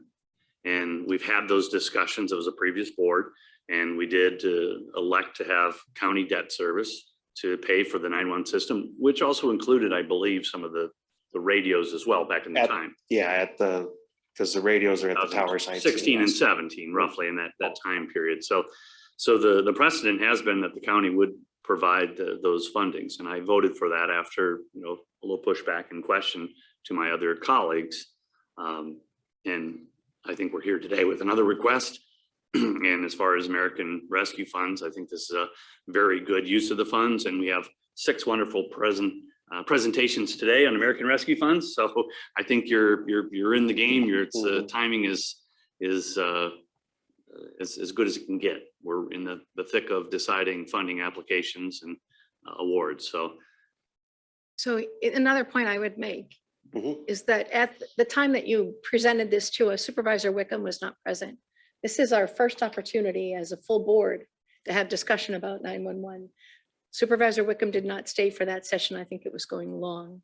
So there's not been, this is it right here with the $1 million trigger pull. That's going to have an increase for tomorrow. And we've never had, this is our discussion right now in the public. So I think that there's more to be worked up and more work that needs to be done on this for me to feel comfortable that this is the way to go today in this format. I understand your point. The request was for 289 radios that need to be replaced. Basically this year, they're into next year, correct? Right, yeah, it'll be a few months with all the supply issues by the time we get them, but Probably several months. yeah. Even getting them ordered now, the chances of seeing them this year are probably very limited. Yeah, we ordered a couple for Epworth Fire that we needed and ordered them in August and they just came in first part of March. So hopefully that's getting better. 6 month wait, so you're looking at September again, October probably before you would get them. No further comments. Further comments? I will make a motion to approve the resolution for the using American Rescue Funds for the purchase of the 911 EMS radio system. And I will second that. Have a motion and a second to approve the resolution. All in favor signify by aye. Aye. Aye. All opposed, nay. Nay. And carries. Thank you. Thanks, Tom. Thanks, Tom. Next we have, sorry, Pete. This is Pete Hagenson, president of the Dubuque County Fire Association. And on behalf of the Dubuque County Fire Association, I'd just like to thank the Board of Supervisors for that approval. Thank you. Thanks, Pete. You're welcome, Pete. Moving forward, we'll go to the resolution setting the date for sale of general obligation refunding bonds, series 2022, and authorizing the use of a preliminary official statement in connection therewith. Kevin. Yes, good morning.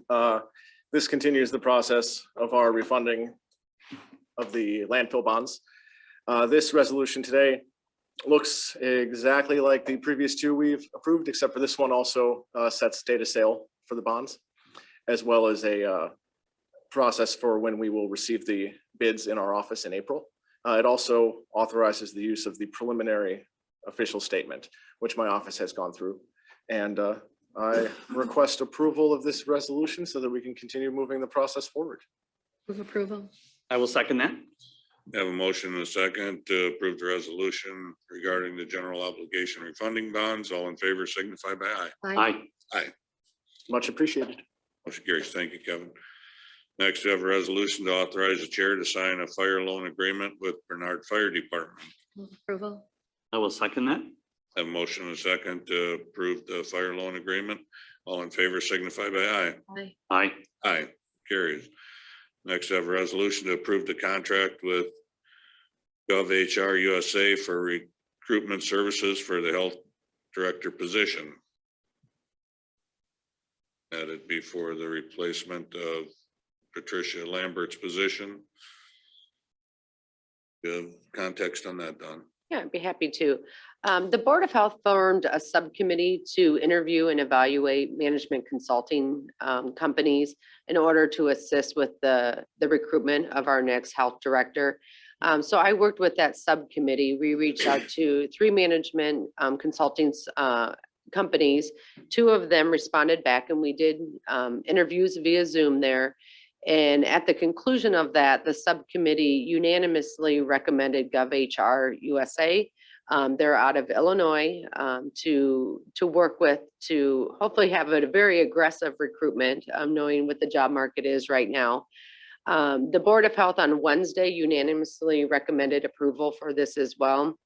Some of the things with GovHR that stood out to us is that they have done several health director department recruitments recently. And we know in the last 2 years that those have been very difficult positions to fill. And this company has also recently worked with the city of Dubuque for their police chief, and now working with on the recruitment for their fire chief. So we thought that that was an added bonus, that they know our community and be able to sell our community to potential candidates. So we are recommending approval for this service agreement. I just want to say, Dawn, thank you for interviewing another firm that helped us find the CEO for the mental health region. So we did interview a firm out of Cedar Rapids that helped with high-level hire in brain health world. So I appreciate that it wasn't just the obvious, but we actually did that request for proposals in the interview. So I appreciate that. Move approval. We'll second that. I have a motion and a second to approve the contract with GovHR. All in favor signify by aye. Aye. Aye. Aye, carries. Next, we have communications for receive and file. We have a notice of public hearing, City of Dubuque Zoning Board of Adjustments. And we have manure management plan, Phillips Pork Production, number 69268. Make a motion to receive and file, All of the documents? both A and B. Have a motion and a second to receive and file both documents. All in favor signify by aye. Aye. Aye. Carries. Next, we go to appointments to the Disabilities Council.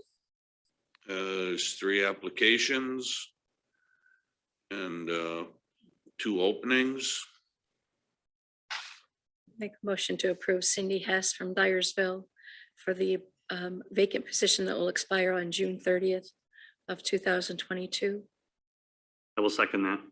Have a motion and a second to appoint Cindy Hess of Dyersville to the position that expires. When was that, Ann? I'm sorry. Expires 22. In 22. All in favor signify by aye. Aye. Aye. Aye. Make a motion to appoint Rose Moran from Farley to the Disabilities Council for a position that would expire June 30th, 2023. I will second that. Have a motion and a second to appoint Rose Moran from Farley to the position to the Disabilities Council, an expiration date of 6/30 of 2023. All in favor signify by aye. Aye. Aye. Aye. Carries. Next, we go to the Ems Advisory Committee. We have 1 application. There are 2 positions, Nancy Burgess of Cheryl. I'll make a motion to appoint Nancy Burgess of Cheryl to the EMS Commission. Second. Motion and a second to appoint Nancy Burgess to the EMS Committee. All in favor signify by aye. Aye. Aye. Aye. Belong to the Food Policy Council. We have 2 applications. There are 3 positions. Make a motion to approve Lorana Snyder from Dubuque for a position that would expire July 1st, 2023. I will second that. Have a motion and a second to appoint Lorana Snyder to a position expiring 7/1 of 23. All in favor signify by aye. Aye. Aye. Aye. A motion to appoint Paul Uzel from Dubuque for a position that would expire on July 1st, 2024. I will second that. Have a motion and a second to appoint Paul Uzel to the position expiring 7/1/2024. All in favor signify by aye. Aye. Aye. Aye, carries. Next, we'll go to the Watershed Working Group. Have one vacant position and we have two applications. A motion to approve Marissa Waldo from Cascade. And I will second that. Have a motion and a second to appoint Marissa Waldo to the Watershed Working Group. All in favor signify by aye. Aye. Aye. Aye, carries. Next, we have open vacancies. Information only. Move to personnel requisitions. Motion to approve the personnel requisition for a permanent full-time jail corrections officer. I will make that motion to approve. Second. Have a motion and a second to approve the permanent full-time jail corrections officer. All in favor signify by aye. Aye. Aye, carries. Public comments. At this time, anyone may address the board on matters of which are of concern to that person and which are not agenda items. Please go to the podium, state your name and home address. Please be aware that the board is limited in their ability to respond to such inquiries, and the Iowa Code prohibits the board from deliberating or acting on items not appearing on the agenda. Individual remarks are limited to 3 minutes. Do we have anyone in chambers that wishes to address the board? Seeing none, do we have any on Zoom, Kevin? We do not. Okay. We will I know everyone's been waiting, but I will make a motion to recess for 5 minutes. Second. have a motion and a second to recess till 10:20. All in favor signify by aye. Aye. Aye. We're in recess till 10:20.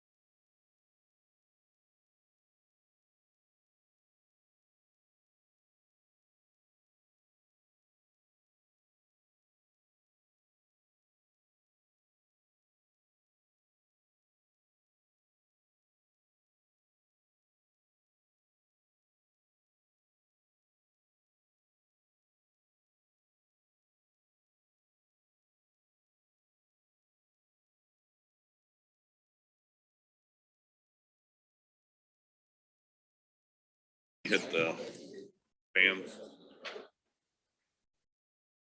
Call the Board of Supervisors back into session.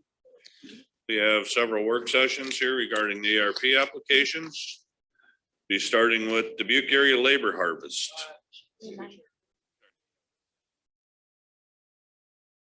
9:30. Oh, I'm sorry. You have a work session with Rick Dickinson. Sorry about that, Rick. Yes, yes, please.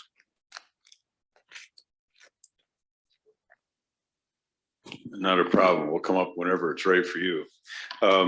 Good morning. My name is Rick Dickinson. I have the pleasure of serving as the president of Greater Dubuque Development Corporation. So Board Chair Pothole, Supervisors McDonough, Supervisor Wickham, County Auditor Brigado, and most excellent county staff. It's a pleasure to be with you this morning. I want to talk to you a little bit about funding for Greater Dubuque Development Corporation. I have had the opportunity to meet individually with each of the supervisors to discuss Greater Dubuque Development's current activities, not to make an ask. No ask was made, no agreement was made, but an opportunity to meet individually with each of you to talk about the work that Greater Dubuque Development does. The Dubuque County Board of Supervisors have been an investor in Greater Dubuque Development since its inception in 1984, when Dubuque was in a terrible place. When I say Dubuque throughout this presentation, I'm referring to Dubuque County. In 1976, we hit a pinnacle of population in our county, and by 1990, that population had been decimated. We lost 10% of every family in this county over that 14-year period.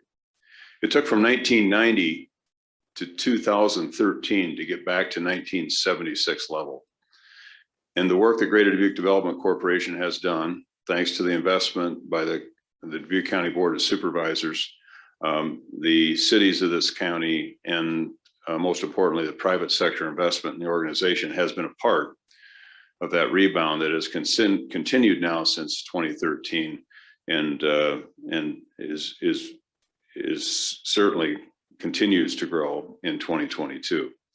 5 years ago, the Board of Supervisors made a commitment to an investment. We call it a pledge, but there's no contractual obligation by any governmental entity from one government body to the next. But 5 years ago, you pledged an investment of $160,000 over that 5-year period, which you have fulfilled. We have been paid the first 2 quarters of FY 21-22 with 2 additional quarters to be billed. But my purpose for being with you this morning is to ask a commitment for investment in the next 5 years. In the campaign, we are simply referring to as "You Can Be Great Here." The here is the greater Dubuque area that includes all of Dubuque County and adjoining counties in Illinois, Wisconsin, and Iowa. Most importantly, it's the MSA, the Metropolitan Statistical Area of Dubuque, which is Dubuque County. And our request for funding is $180,000 per year for those 5 years. That is approximately 12.5% increase over the pledge that was made 5 years ago, and there's been no increase in that pledge in that time. And would fund the organization from July 1 of 2022 through June 30th of 2027. I invite you all and all interested citizens in joining us for our campaign kickoff on March 31st at the Magnolia, previously referred to as the Driftless, located at the corner of 10th and Jackson Street. We'll have our campaign kickoff at 5:30 in the evening. And at that point in time, we'll be announcing our goal for the 5-year campaign, where we're at to goal, and the outcomes goals that have been established for that 5-year campaign. We do 3 things at Greater Dubuque Development Corporation. First is business retention and expansion and recruitment.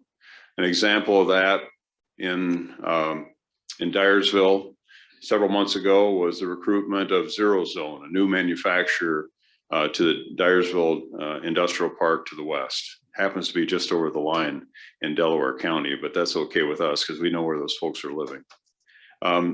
Our most recent announcement and business retention was Friday's Iowa Economic Development Authority meeting in Des Moines, where CAMSO, division of Michelin, was awarded a $600,000 tax credit for a $40 million expansion at the Piazza Industrial Park, which our office was heavily involved with.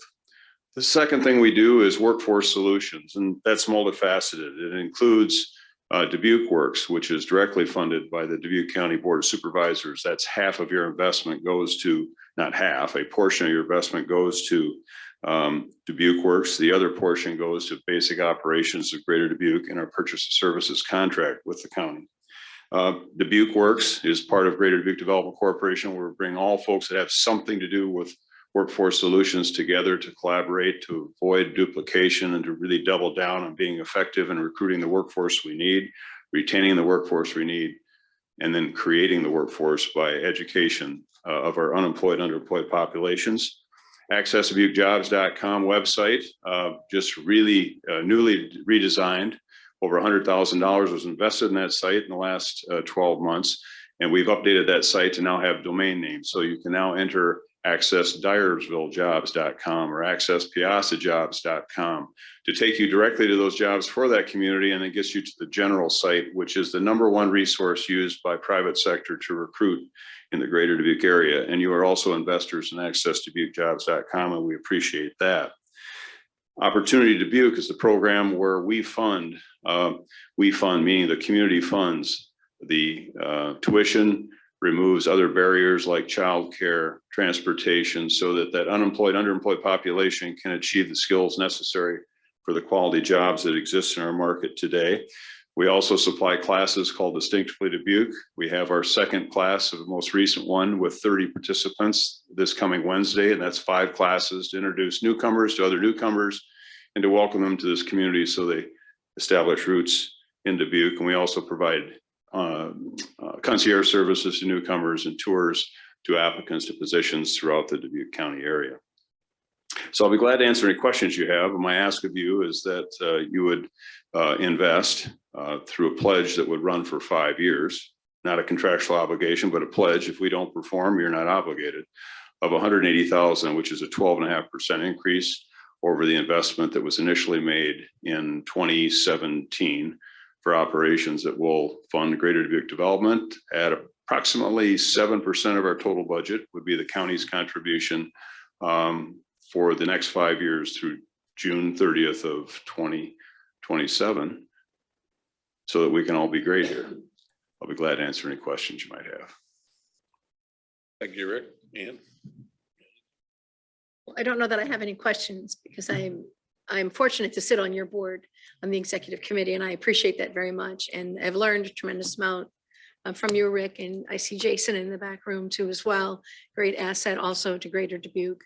So I support our continued investment and certainly our increased investment as we look to the next 5 years to continue to do great things. I think you're a vital arm, in fact, the arm for, and many times for economic development. And so I encourage us to strongly support the work that you do. Thank you. We're neighbors at 900.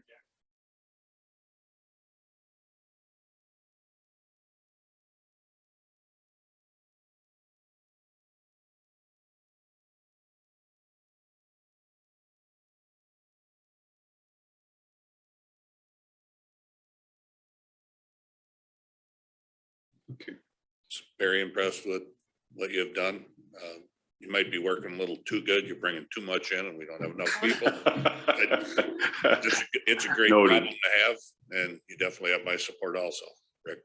Thank you.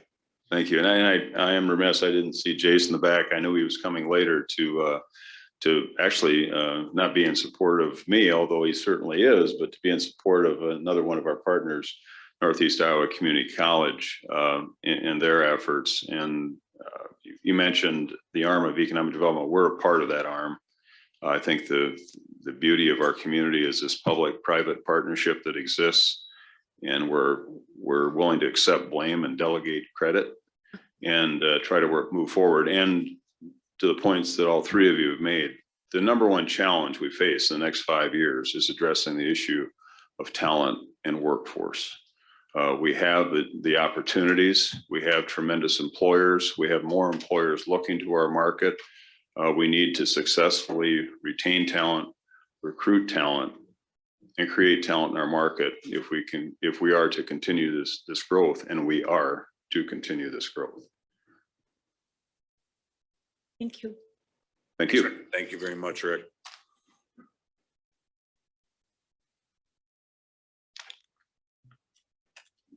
Next, we'll start the work sessions for the ARP applications. We'll start with Dubuque Area Labor Harvest.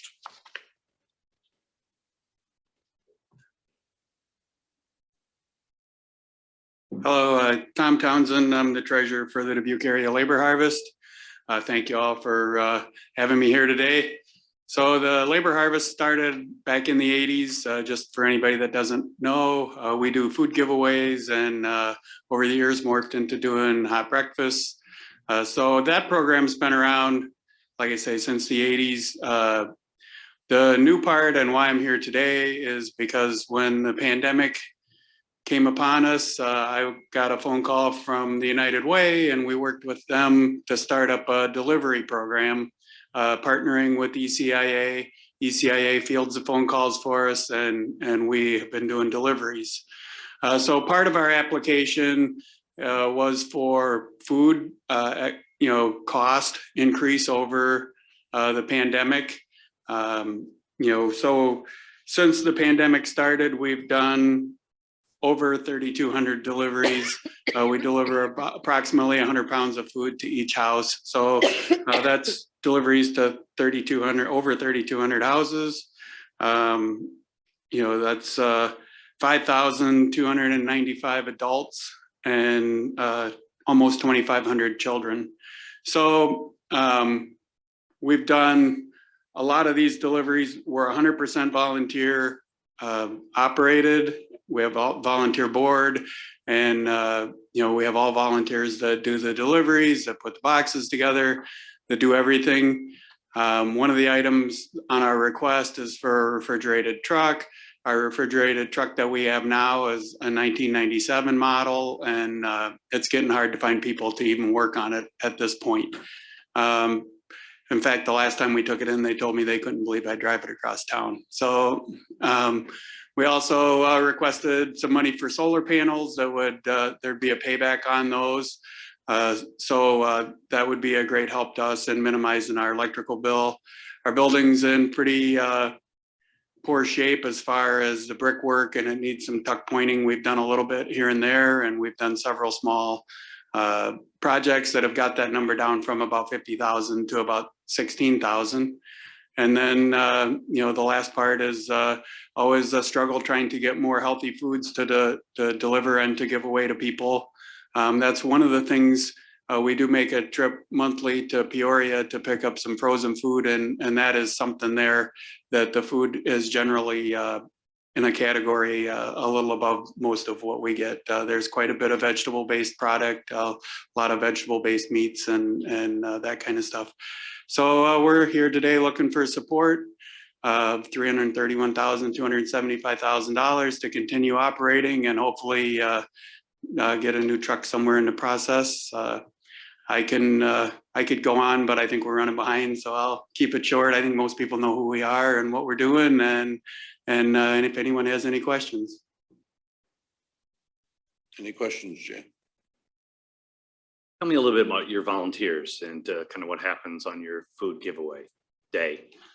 The day of the food giveaway, we have probably 25 volunteers on average at the building. Until the pandemic, we always had people that would just, come in, and we would have volunteers there to record information, addresses, number of people in their household, income levels, all that kind of stuff. And then they would go through a line, and we would have people putting food in boxes. Since the pandemic, we're doing more of a curbside approach. So probably 90% of the food that we're giving out for our food giveaways, we're putting out our side door in the alley and loading it right into people's vehicles. It's a little more work on the front end, but it goes quite a bit more smoothly. We're doing 200 boxes of groceries in about 40 minutes on that Saturday, the second Saturday every month. And we have, different volunteers. We do still have a walk up at the front door. So we have 3 or 4 volunteers up there, making sure the boxes are ready and helping get them out the front door. And then we have, just a huge mass of people trying to get the food in the boxes and out the door as fast as it has to go. Because obviously we can't put the frozen and refrigerated stuff in the boxes ahead of time. Tom, thank you for everything that you do. It's beyond, but you received some funding or some food purchases from FEMA, right? Yes. Okay, so when you look at the requests that you've made for us, can you prioritize, knowing what you know about the FEMA and the food availability? What's your top priority? How should we look at breaking down your request? Well, I'd say right now our top priority is the truck. But the food cost obviously is up there also, because as you're aware, those prices have gone through the roof. A lot of the stuff we get at St. Stephen's, and not that we're paying retail for it, but some of the stuff we are paying wholesale for, and some we're just paying a handling fee. And just as kind of a background, in 2020 we did almost 1,700 deliveries. In 21 we did almost 1,300. That number seems to be pretty steady at this point. And for the deliveries, that's getting to be where a lot of our cost is, because there's those prices have gone up so much. So even though the numbers have come down a little bit, and I think with the deliveries, we found something that there was a need there that wasn't being addressed before. I think the pandemic exposed that need, because there's a lot of people we're delivering to right now. And when you deliver there, I don't know what they ate or how they ate before the pandemic started, because they don't have vehicles. They didn't have any way to get to where we were at, so I don't know that I see the deliveries ever ending. We're just trying to get through at this point. We're borderline overwhelmed a lot of times, and just trying to do the best we can with the volunteers we have. Well, and I know you're the central key person. You are this program. I know you have volunteers, and I have volunteered some and delivered some and so forth as well, but you're the key person. You're the sustainable link going on. So the truck is about an $80,000 purchase. Yes. And then for the fresh produce, that's a $25,000 commitment. Yeah, per year. Well, it's 50,000 total, but yeah, 25,000. We did it in a 2-year window, so that and then the cost of the deliveries, the initial deliveries, which, like I say, is continuing. That's costing us about 64,000 more per year, so that we put 2 years of that in there also. And I'll say, before the pandemic, our budget for the whole year was about 50,000. So, this has been a pretty big undertaking. I would definitely thank you for what you do, Tom. Obviously it's up there. Truck is in need of little help, I'll give you that. Obviously the building, if you don't take care of the building, you obviously run into problems too. So generally in support of your application here. So once we get to the end where we start discussing, I guess we'll flesh out and see what we can come up with for you though. All right, thank you very much. Thank you, Tom.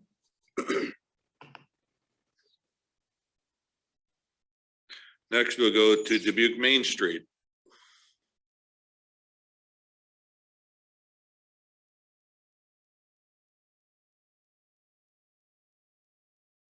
Hello, I'm Dan Lobianco, Executive Director of the Dubuque Main Street Program. Just give you a little bit of background to remind everyone what Dubuque Main Street does. We're a 4-point based organization, starting with design. We're a historic preservation based development organization that includes the reuse of buildings is so crucial. They were built for other purposes and we reuse them at this point. We also work on good streetscapes and signage.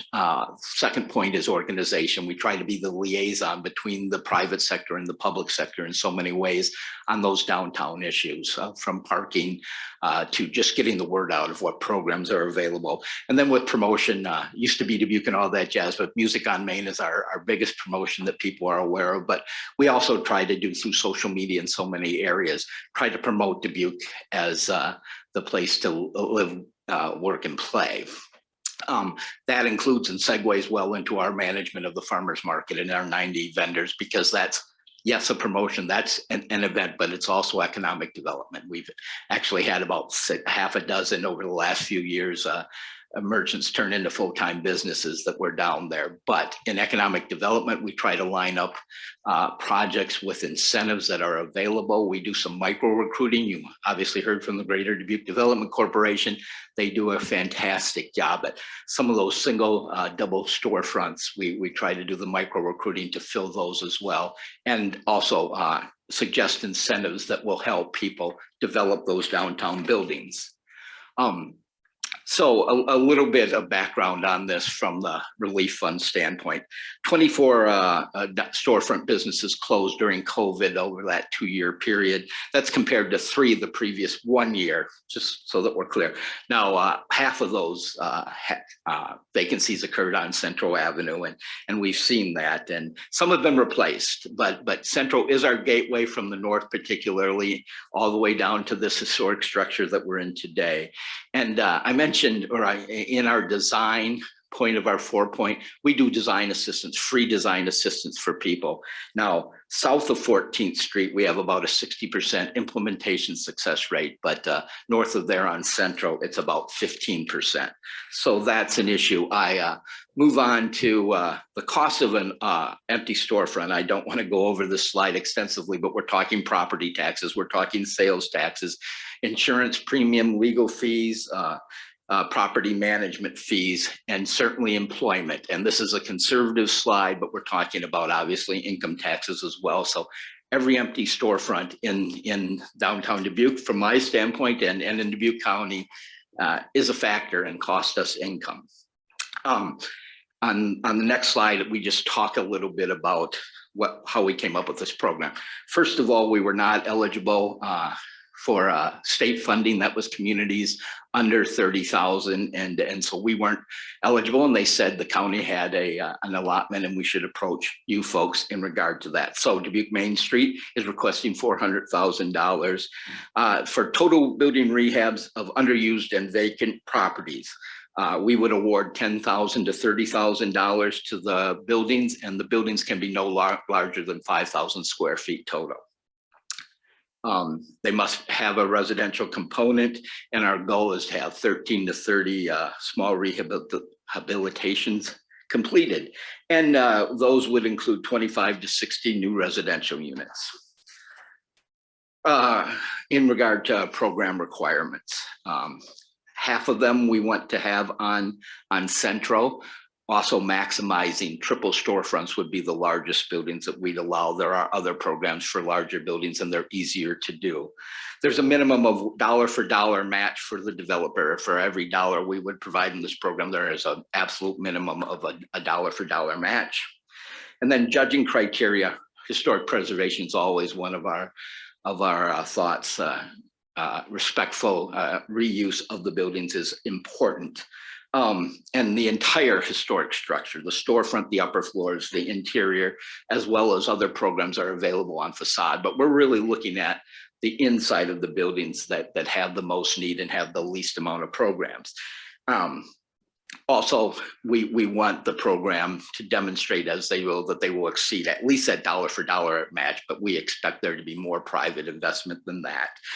And as we stated in that previous slide, we expect and we will judge on, will it increase our tax base and what's happening in our community.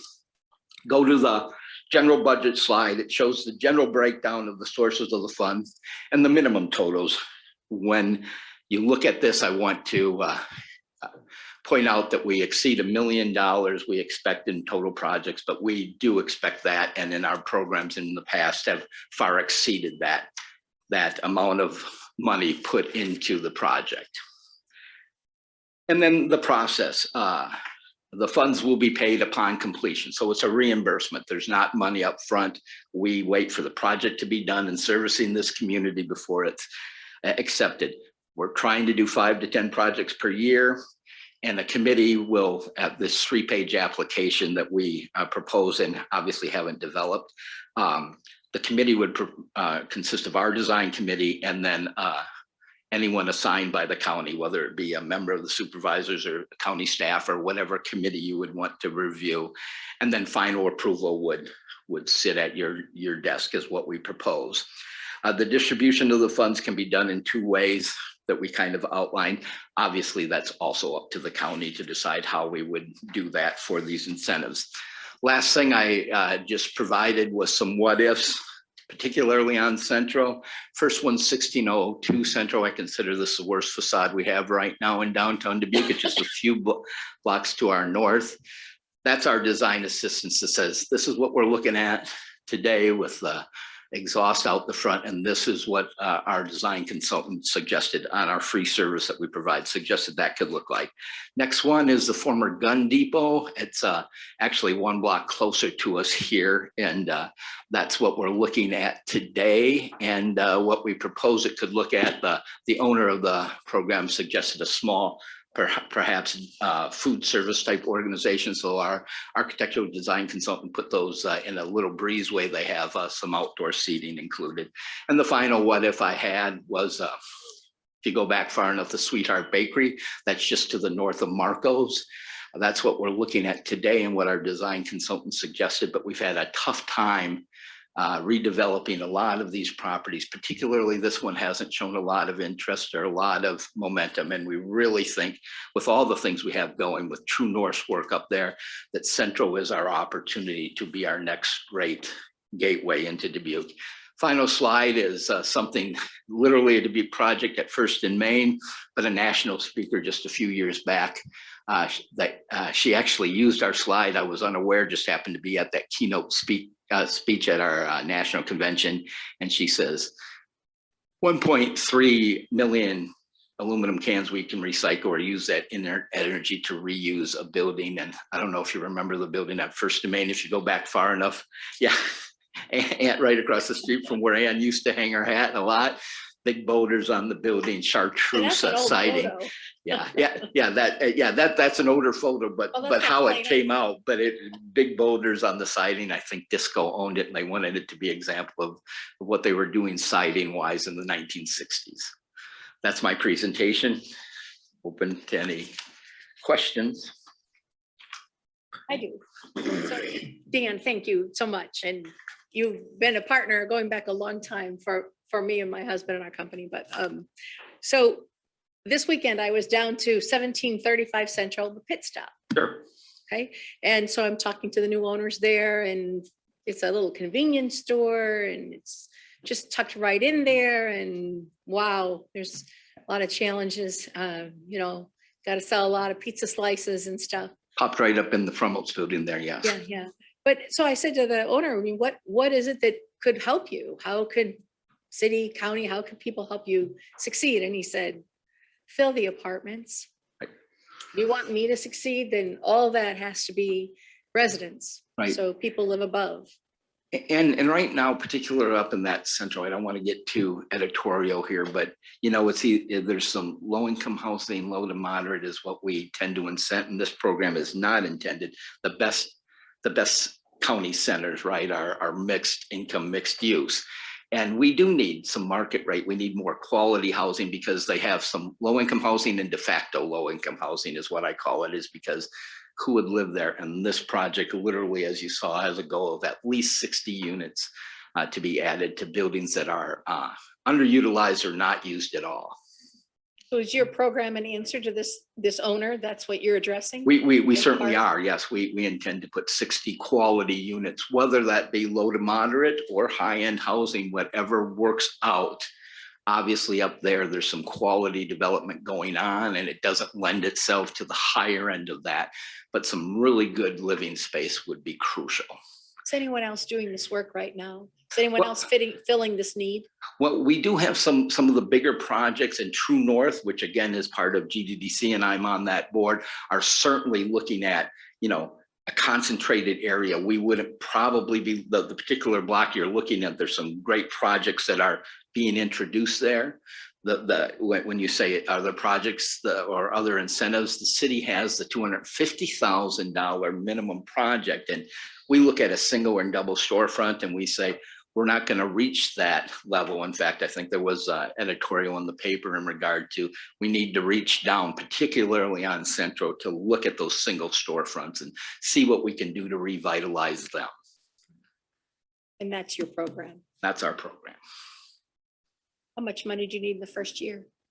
Well, we would look at, if we were talking over that, you know, a 3-year granting period, you know, probably a 5-year program, we would probably be looking at what we could get out of it, and we'd scale it accordingly, but we'd probably be looking at 125 to 150,000.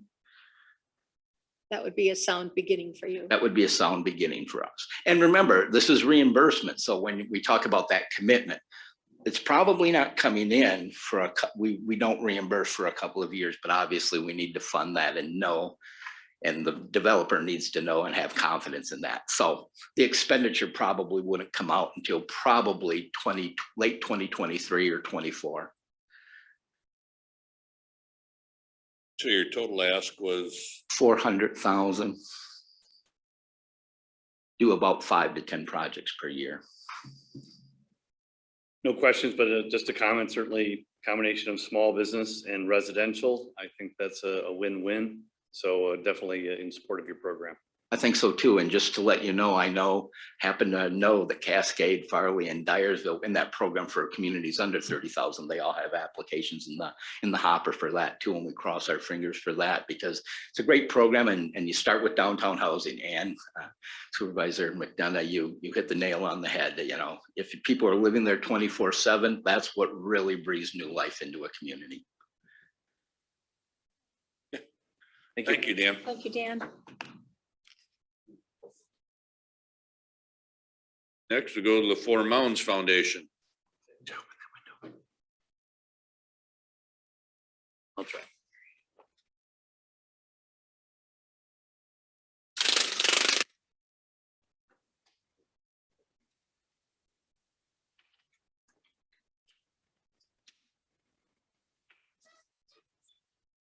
Double pane.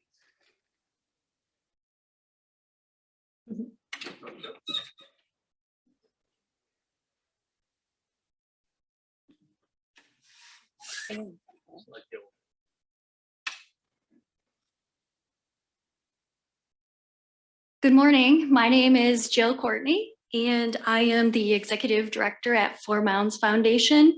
And also with me is Becky Bodish, our Program Manager. Four Mountains is located at 4900 Peru Road. And on behalf of the Board of Directors and our staff, we thank you for this opportunity to help us serve the community and for your consideration of our funding request.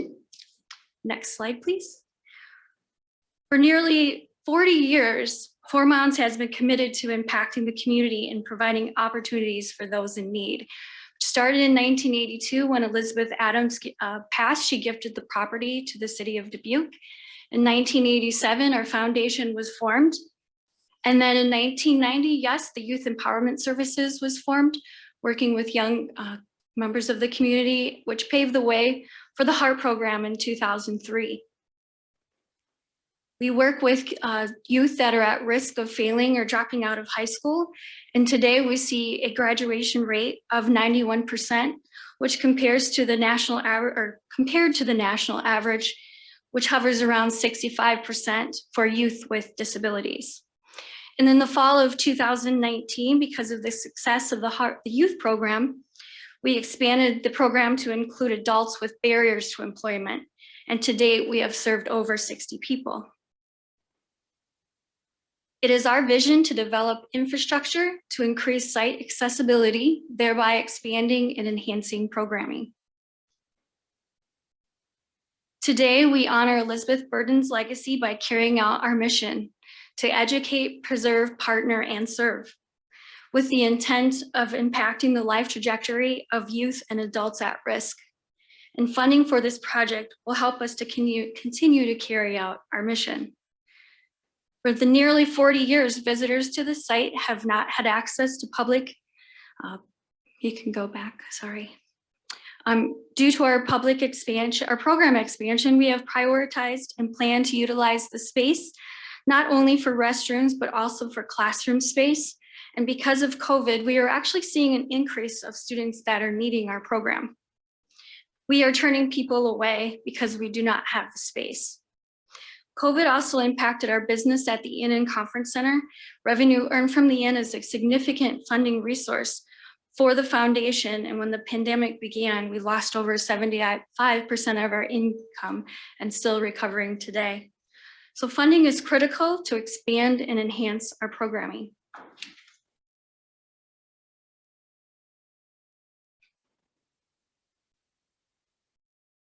As Jill mentioned, our mission is carried out largely through our programs. I'm going to speak specifically to our adult programs today.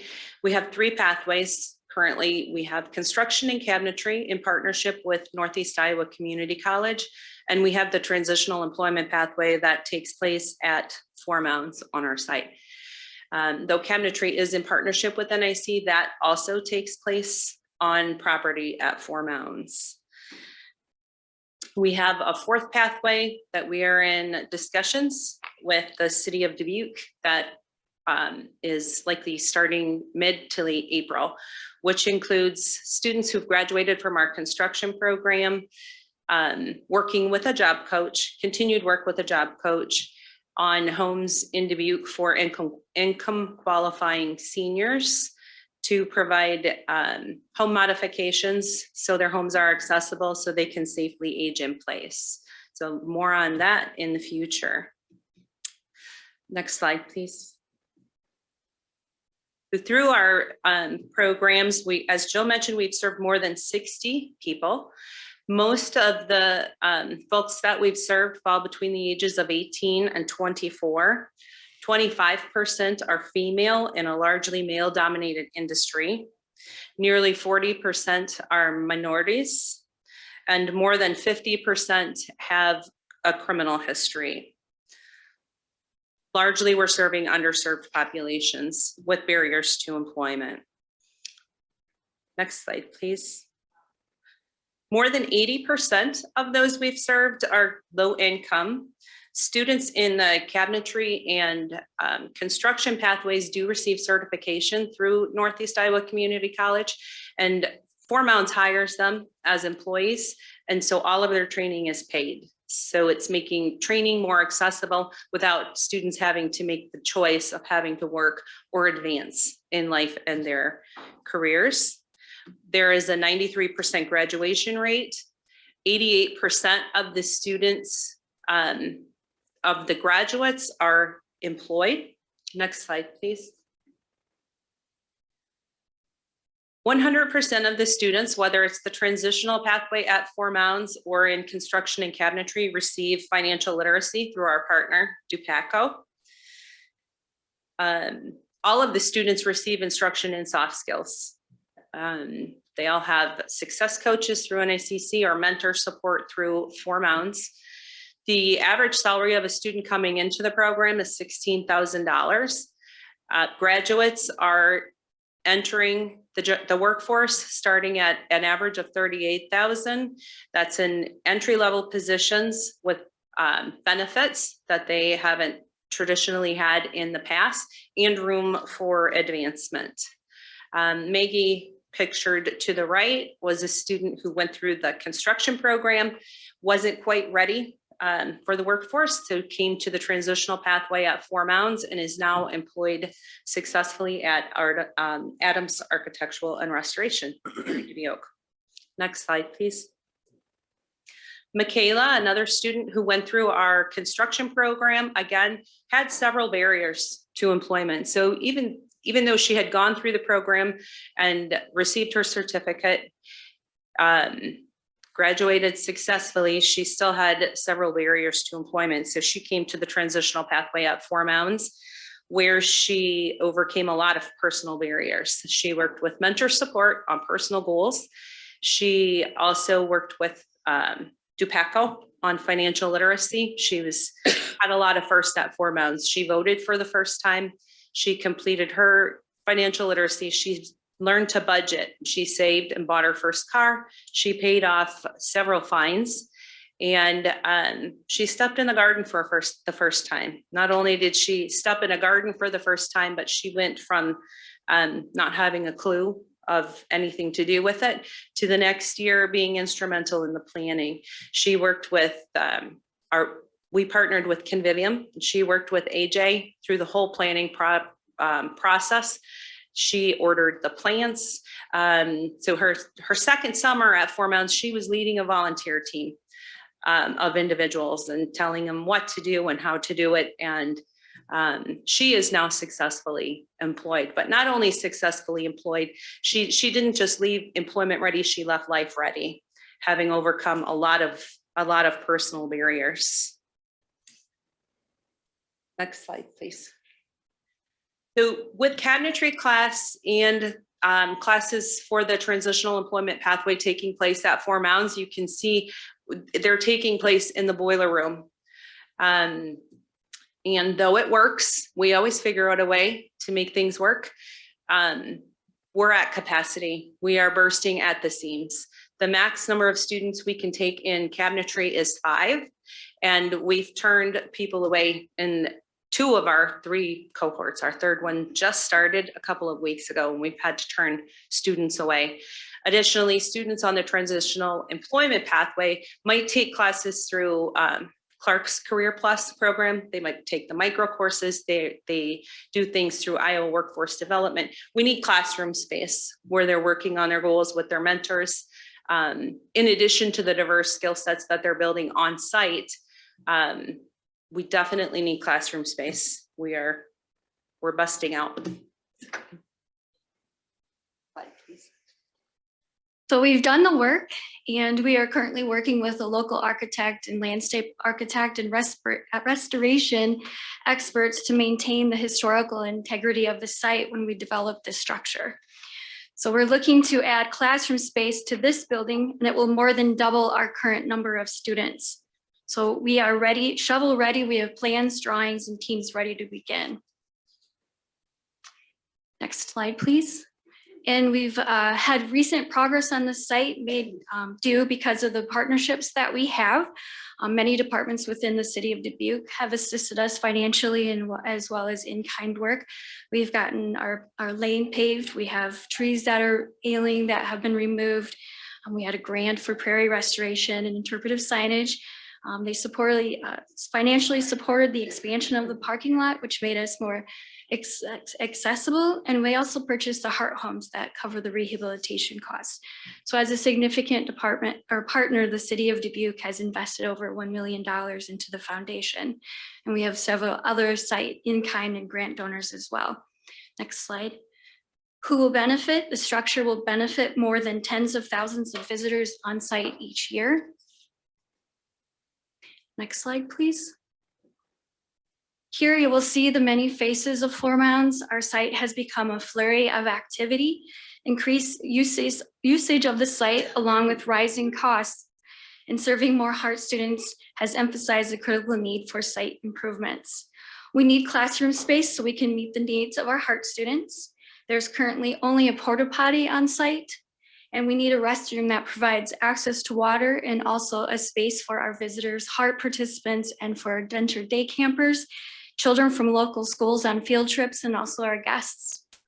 We are working to become more ADA accessible in outdoor areas to provide community members access to our amenities.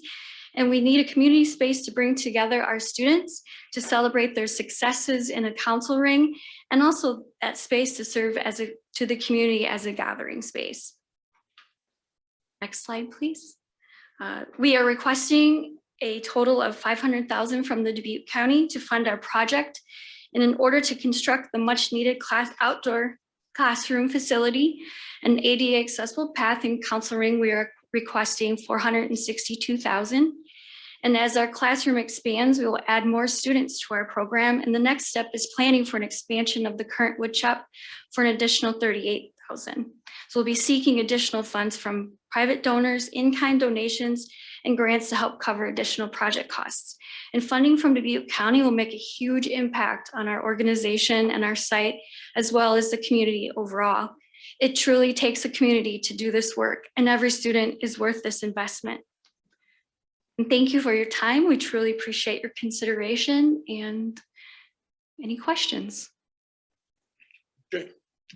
Wonderful presentation. I've been to Fort Mounds a couple times for different events and always enjoyed, it's kind of like going back into a time capsule of 19 something, 15, 20, but love the house, love the views. My question would be a little bit about the HEART program. You're asking for infrastructure. Tell me a little bit about the HEART program's financial backing and its ability to continue to sustain. Sure. So the HEART, it is a branch. So HEART, our adult programming, we're referring to it, and I should have mentioned that is HEART Build Dubuque. So that's our adult programming. And that was started in the fall of 2019 with a Google Impact Iowa Challenge grant. We were able to start the program quickly in partnership with NICC, and we've received several grants since. We're in the works actually of one, a pretty large one right now that helps us fund stipends for students. That's our biggest expense. So it's grants. Thank you. Ken, do you have anything?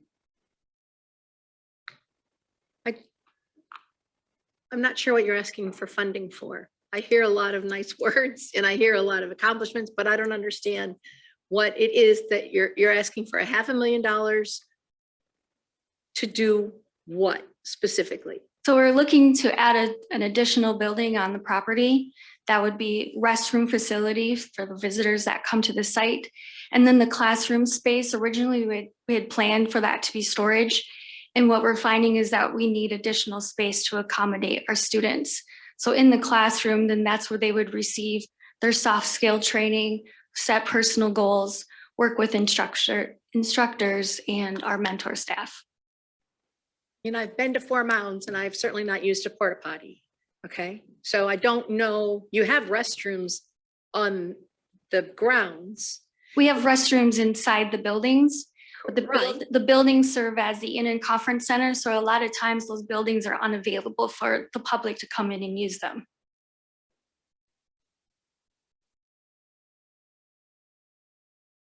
You don't have a restroom for people on. Do not. The city has invested $1 million into these programs and you don't have a bathroom. We do not.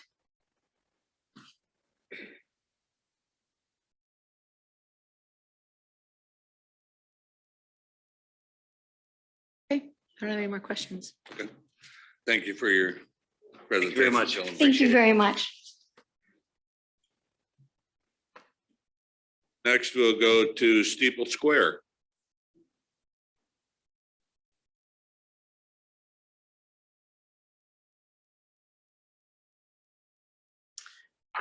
Good morning, all. My name is Judy Wolf, and today I represent Steeple Square located at 101 East 15th Street in Dubuque. I'm here to request that the county supervisors consider a $500,000 investment to assist with completing construction costs and launching vocational training at Steeple Square. I only have 2 pictures in the slide, but I do have packets for all of you to leave with this information. The 2 pictures in the slide show the transformation of an area that had largely been a dirt floor since the mid-1860s to a state-of-the-art culinary kitchen and a multi-purpose room that will provide vocational training opportunities to hundreds of individuals in the next 2 years alone. Many of those participants will be part of the larger Opportunity Dubuque initiative, a proven success model for providing employment opportunities to some of the most vulnerable citizens in our community. While construction is complete, we have incurred $150,000 higher costs than funds raised through tax credits, grants, and private donations. Knowing we didn't have those donations fully committed, we proceeded with completing the construction, primarily to assure that we maintain eligibility for maximum tax credits and to be as cost-effective as possible with uninterrupted contractor services.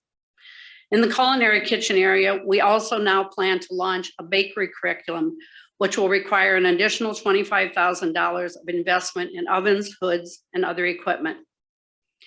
We'd originally planned for construction to be completed by the end of 2020, but with COVID-related delays, first because many contractors were unwilling to work during the early months, and then because of delays in material deliveries and contractor availability as they worked to catch up on multiple projects. That completion was delayed to November of 2021. Each month's delay has cost us $10,000 to $11,000 in interest expense on a loan secured by tax credits. That alone has increased that total estimated construction cost by over $125,000.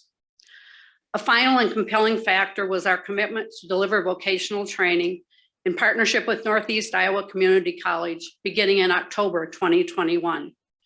Training in those areas will help fill critical workforce needs. With the NICC partnership and in collaboration with other nonprofits, our commitment to financial support of vocational training encompasses the following. 1, operational costs of the facility encompassing much of the lower level of Steeple Square. 2, morning and midday meals for participants in the programming, many of them experiencing food scarcity. And finally, stipends for participants in vocational training programs to ensure some level of income as they prepare for initial career pathways. An influencing factor is that Event Center profit has expected to be a significant contributor to the sustainability of our mission work. 2020 profit was projected at a modest $15,000 profit as construction work was completed and we began planning for a full schedule. That income was expected to grow from $100,000 to $150,000 annually over the next 3 years. Instead, we experienced a $25,000 loss in 2020 and a $10,000 loss in 2021. Almost all events were canceled for the last 9 months of 2020 and many more throughout 2021. We still expect to experience that previously projected growth, now postponed to 2023 and 2024. This prompts the need for operational support to assure that we can provide training planned in many different areas. All those are identified in the corresponding budget. These offerings will further expand as particular gaps to employment are identified and corresponding certificate programs developed. While PPP dollars were available to businesses during the pandemic, this brought only about 18,000 benefit to Steeple Square. We have just one employee at Steeple Square, and there was no additional consideration for Steeple Square for an operation primarily driven by volunteers and a few contracted part-time employees. We are grateful for both city and county support we have previously received for other facets of the Steeple Square reconstruction project. The city of Dubuque has provided $230,000 of funding, primarily related to housing and cultural initiatives, and Dubuque County has provided $225,000 for early child care support at our sister nonprofit, Marita Tyson Child Care Center. We understand there's always concern about wisely expending limited dollars, with funders wanting assurance of an entity's sustainability. With initial funding provided through ARPA funds, Steeple Square is confident we can meet ongoing obligations. We have many generous donors. With their initial construction pledges nearing completion, we are confident we will be able to launch a sustainability plan for the long term. This plan is now actually under development and includes components of a creation of a legacy council, launch of an annual appeal, and identification of an annual signature fundraiser. With that, this is what we need to be positioned for short-term success. First, we request support for operational support for the current year as we launch those operations. This includes utility and maintenance support for the lower level vocational training area, employee support for operations, insurance and supplies, and amounts to about $60,000. Again, that's outlined in the attachment that I will provide to you. Next, we request capital support to cover the existing construction gap previously discussed, as well as capital investment to introduce that second phase, the baking one of culinary training. Those total costs are $175,000. Finally, and of most significance, we ask for funding for stipends for 360 students over a course of 2 years. These stipends vary by training area and average $14 an hour. The total of those is about $284,000. In closing, I'd like to thank the county supervisors for their past support. And I trust that you recognize the importance of this additional support as we strive to remove barriers to success for some of our community's most vulnerable citizens. Among them are individuals arising from generational poverty, those coming out of incarceration, and persons with disabilities. We strive to provide skill sets for entry-level positions that will provide pathways to future promotional opportunities and lead to lifetime careers. As you know, there's a great need to increase the skilled workforce and grow the human capital for these underrepresented populations.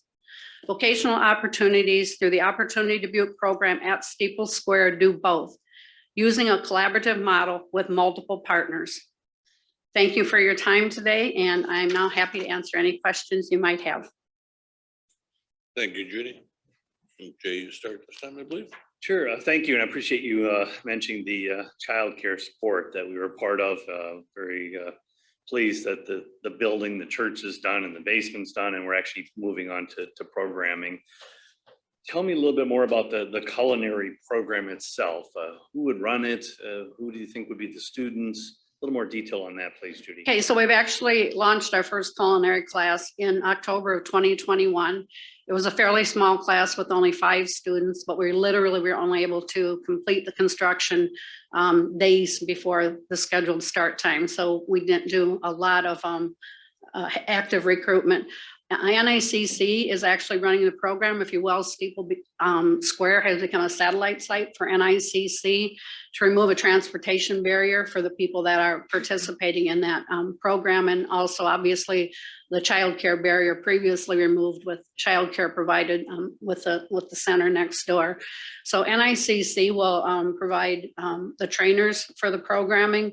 We're responsible for the stipends and the operational costs, and assisting with the recruitment of students. So the goal of the students would be to get them to get a job at a restaurant or Oh, I'm sorry. Yeah, exactly. And we actually have some partnerships with some local restaurants that are always interested in hiring those people directly into their program. So thank you for asking that. Thanks, Judy. Treasurer McDonough. You're asking for stipends for 360 students? Correct. Over a course of 2 years.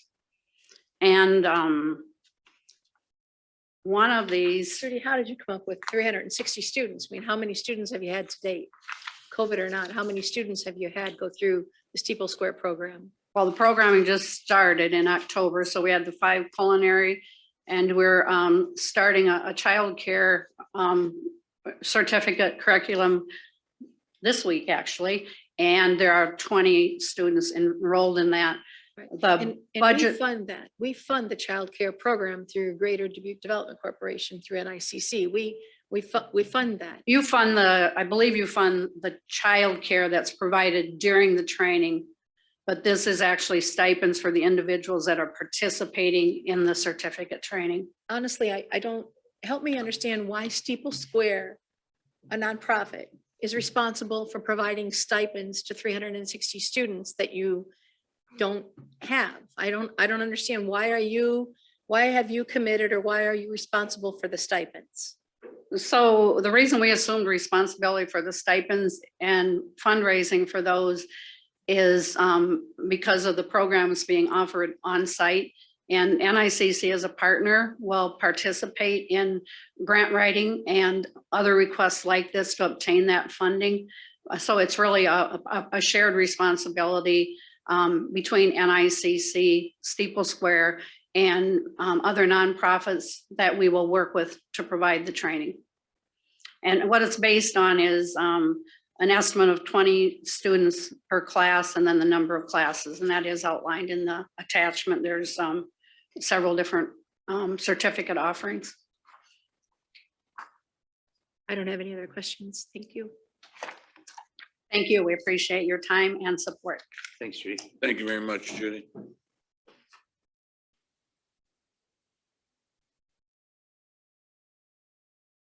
Moving on to Northeast Iowa Community College.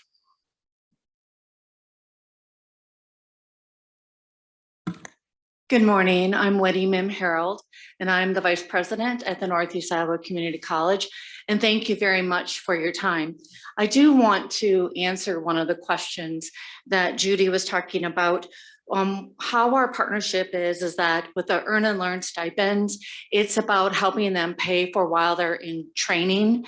And our goal with the Opportunity Dubuque is to train 200 individuals each year that are underrepresented population, and they'll go into employment at healthcare and culinary, at restaurants, as well as childcare, customer service, direct support professionals. So that's why all of those are on there. And it's just how we are able to work together to fund the students. Wendy, the childcare hasn't been successful. Currently, right now, we've redid our program and we have it as an earn and learn model, and we have 21 students who are currently signed up to start the childcare program with the new stipends from the state. So we've actually seen, a significant increase in the last several months. I just thought that's not my topic, but I thought I'd help answer that.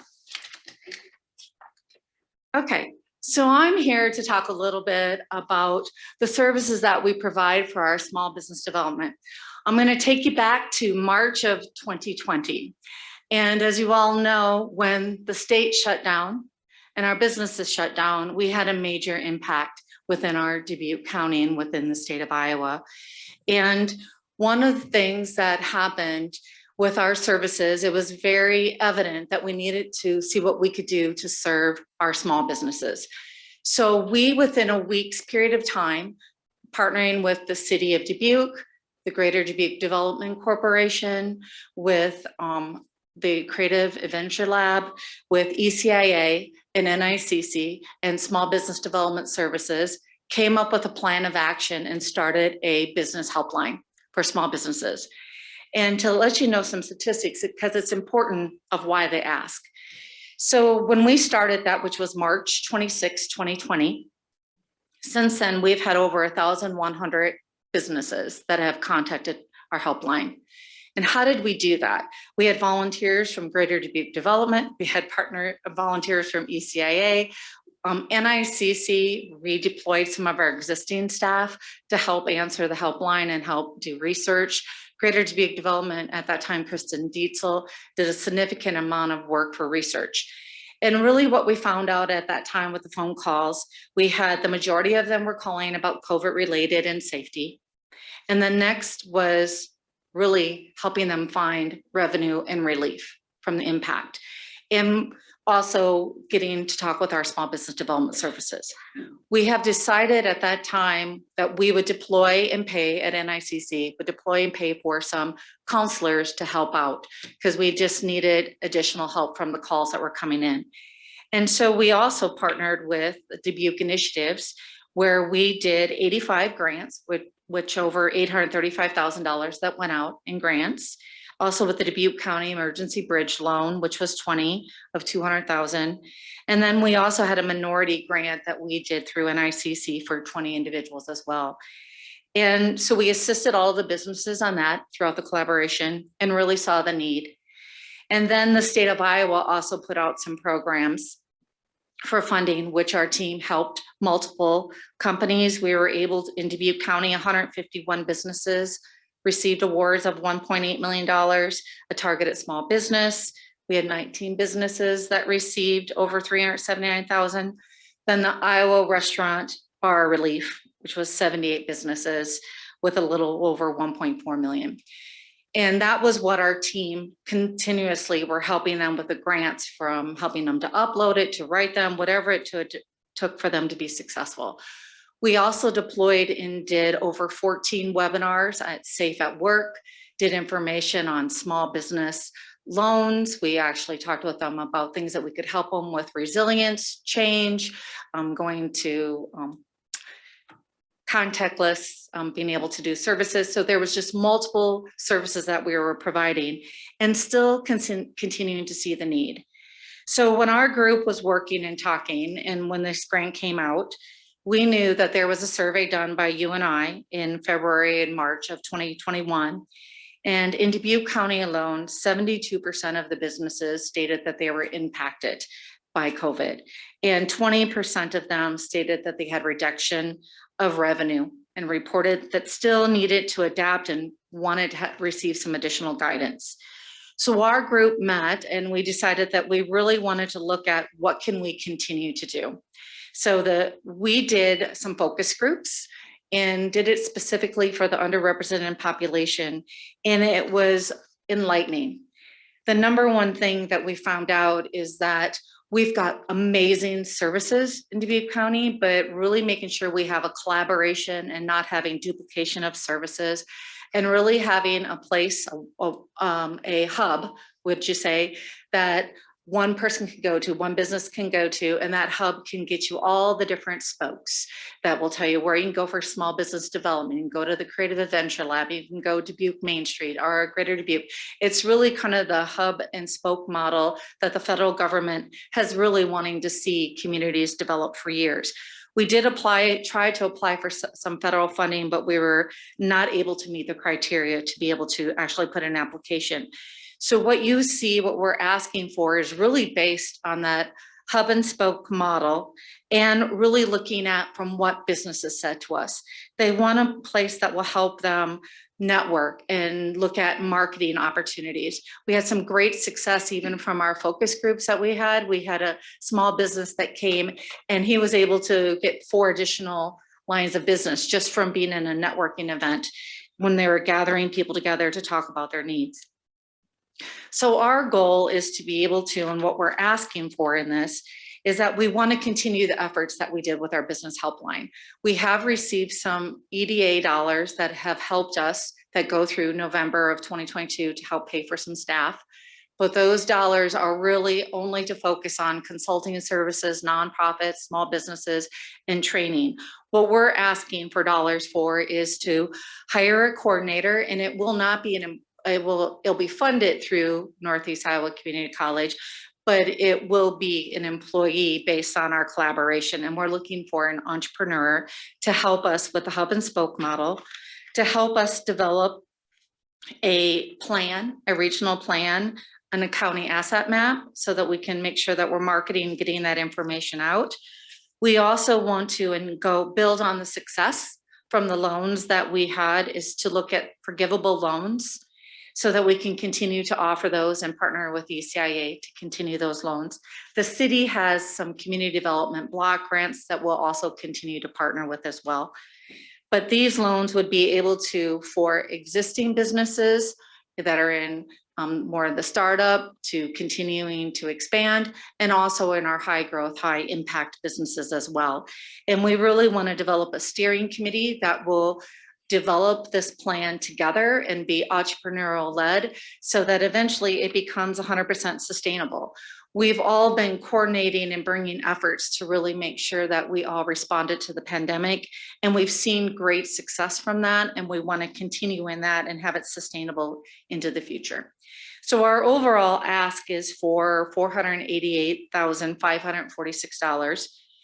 Over $235,546 for the coordinator, forgivable loans of $220,000, money for supplies, event supplies, because one of the things what we found out, and we have a group has already started this, the Collective Alliance, and it's really clear they've been getting together once a month, and the impact that they've been able to do with that group has been significant. But how do they continue? How can we use some of these fundings for them to continue to sustain by having different supplies, maybe helping them with business cards or whatever that may be. So that's why we have some money in for supplies, and then the $25,000 for marketing. We believe that all of this also, to be sustainable, is a private-public partnership. We'll continue to braid multiple funding sources together, so this isn't just one source, so that it's sustainable into the future. And currently the Northeast Iowa Community College puts a significant amount of money into this, as well as some of the other partners. And we continue to want to enhance what we're doing together collectively with the plan.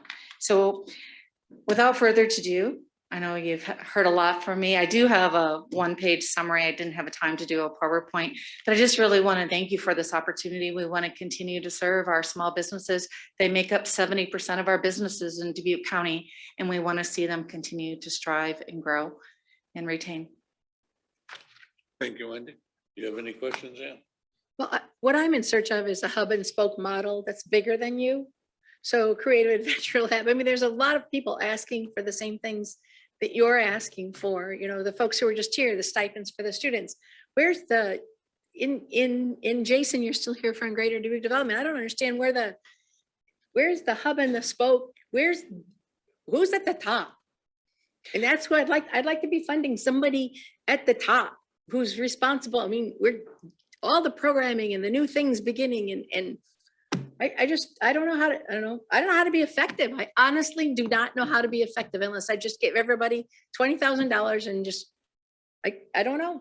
I guess that's the work we're supposed to figure out is it's a hub and spoke model. It's great. How do you fit with Creative Adventure Lab? They're actually one of our partners in this, and our hope is that we'll continue to partner with them to continue to do the venture schools that they're doing, continue to have the labs that they have throughout, and to be able to provide some counseling services, some educational opportunities, and having them a part of the steering committee there and helping us have a solid plan so that can discern who's going to own this. Because I really believe it needs to be led by an entrepreneur, not by NICC. We're a part of that. We're a spoke. We're a part of service provider, but there needs to be one entity that and one hub that can coordinate all of these opportunities and market this information. And all of us work together to continue to serve the businesses like we have been. Should I fund Creative Adventure Lab or should I fund your request? I'm not 100% sure what Creative Adventure Labs, if it was for the facility infrastructure or if it was for the coordinator. I apologize. I have that here. I didn't double check that. Right. And so do I fund stipends for Steeple Square or fund the hub and spoke model? Do you understand the question I'm asking? I just don't understand who's most effective and who is most likely to come through with a result that. I look at Steeple Square's ask in a different measure. That's helping people get into employment. And for what I'm asking here is more for a collaborative effort to continue to partner with the small businesses and really continue to build on the success that we have had with our business helpline and how we all came together from COVID and really focused on everyone took their part to do what's best for servicing businesses. So in the next step is having that collaborative effort. That was where my question was. Go ahead. Butter. I just wanted to be clarification. Oh, I'm sorry. That was our original budget. It's 300. I can't read that. That says 530,000. Yes, excuse me. So it's 530,000. I apologize profusely. I had the wrong budget. Is there someone who could give us a flow chart to show like economic development in the county and how it comes through and how everybody fits together? Because that's really what I'm missing, Wendy. Sure. I'm missing how this all works together because our requests are seemingly duplicative, but how can that be so? Sure. I think our team can absolutely work on seeing if we can get you a flow chart. Because I mean, what you're asking is a one-stop location where people come, and I don't even see that as a funder. I don't see how one place can begin this conversation. Actually, it's not a one step to come. It's a virtual one stop and coordinating all the service providers together. Kind of my question, maybe, NICC covers 8 counties. Can you tell me a little bit about maybe Dubuque County, your partners and the resources that NICC would try to shepherd with this program? So in this particular partnership is partnering with the city of Dubuque, with the Innovation Lab, with the Chamber of Commerce, with ECIA and Northeast Iowa Community College, and then Greater Dubuque Development was essential for us when we started the helpline. So currently though, and as well as our small business development statewide services that we provide as well. And there's dollars that come from all of them in various ways and how they're servicing businesses.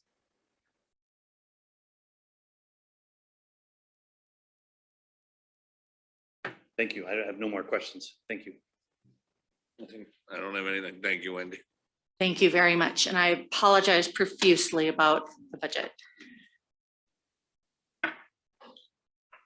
Next, we'll have the city of Farley.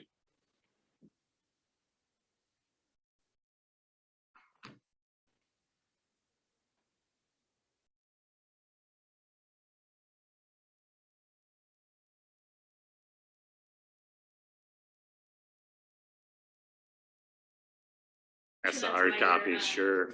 We might give them back to you, but well, you had a printed copy. Where we got a book.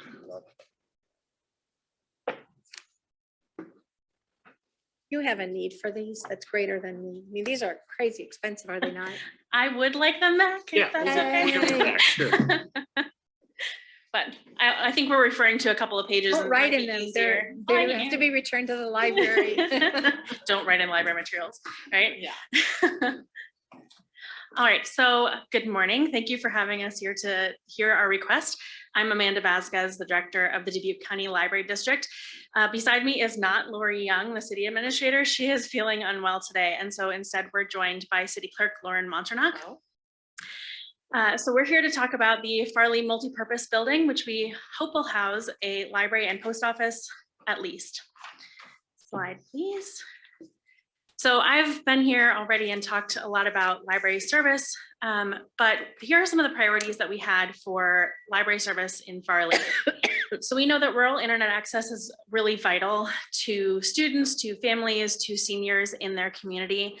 We offer career and educational support, including things like hotspots that students can take home, that business owners can take home or on the road, which we'd like to provide out of all of our library branches.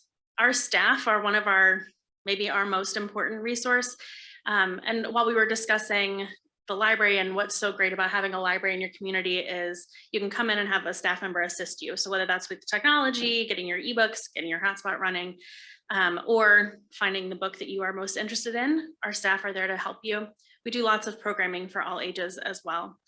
Some of the populations that we would really like to serve out of Farley include students. There are a number of schools in the city of Farley. It draws a lot of people from the outlying areas of the county into the city of Farley. And with them come their families as they're involved in extracurriculars or other types of programs. There are also just a lot of families with children in the city of Farley. Senior citizens find libraries to be a great place to come and to socialize. It's a great third space, so a place where you can come that's not home or work and where you're not expected to spend any money to be there. I already mentioned job seekers, but we do have small Spanish language collections and resources for Spanish speakers. And we know that there is a little bit of a concentration of Spanish speakers around the Farley area that we'd like to reach. This is also would be the westernmost branch of the library district, serving all of rural Dubuque County, as is on the next slide, actually. So if you would go ahead. So this is a slide showing, or a map of Dubuque County. As you can see, the green highlighted communities are the Dubuque County Library District member communities where we have or would like to have a branch. The orange communities are those who have their own municipal libraries. Oh, back one step, sorry. I didn't want to color in the entire map in green. So the green lines indicate the rural Dubuque County and all of those citizens who are served by through the library district. Orange communities have their own municipal libraries. Blue communities have library service through the library agency and are able to attend or to visit and get a full service card at any of the libraries shown here. 99.8% of the citizens of Dubuque County are eligible for library cards. Only, I think 0.2, about 1,200 people are ineligible in those few communities that are not highlighted in any way. If we could go to the next slide. Thanks. So we had a branch in Farley, and it was at the Western Dubuque Middle School, and that agreement came to an end in August 2021. And since then, the library has been operating with limited services out of the Farley City Hall. We have a very active library committee. We have a few members. I don't know if you want to raise your hands. We've got a few people here who've been on our library committee and meeting pretty much every week since last summer. And in the fall, the city of Farley contracted with FEH Design. We have someone from FEH Design here today as well, for planning services, which generated that lovely book that you're looking at. The library district and a local community group helped with some of the financial support for this planning process. We went through a space needs program, community meetings, site assessments, design sessions, et cetera, and a community survey. Next slide. So this is the space needs assessment, which I do not have the page number for that. I'm sorry. So it's towards the front somewhere. We did a space needs assessment, and this is just for the library itself, and the needs based on collection, some space for public seating, programming, and staff space. But we'd also like this building to serve multiple purposes and house a post office. Another high priority for the community was a multi-purpose room that could be used outside of library hours for things like committee meetings, book clubs, baby showers, those kinds of things. Not included in the plan that we're going to show you in a little bit, but there's potential for additional office space, just future development. We didn't look too far outside of the post office or those three first bullet points. Next slide. FEH looked at over 40 sites in the city of Farley. And these are not necessarily sites that are open and empty and waiting to be developed. They are just where could we plop a building the right size? And we'll figure out how to get that property in city hands later. But we looked at over 40 sites. Next slide. Oh, and they were primarily focused in the downtown area. These goals for success came out of a lot of our community meetings. So those community meetings that FEH coordinated. So these are community generated. There are a lot of them, I know. A few that we wanted to highlight is that it is long lasting and permanent fixture of the community, because the library location in Farley has been anything but in the last 25, 30 years. It's bounced around quite a bit, and none of us like that. We'd like it to be expandable and flexible so that we can continue to change and develop as the community sees fit.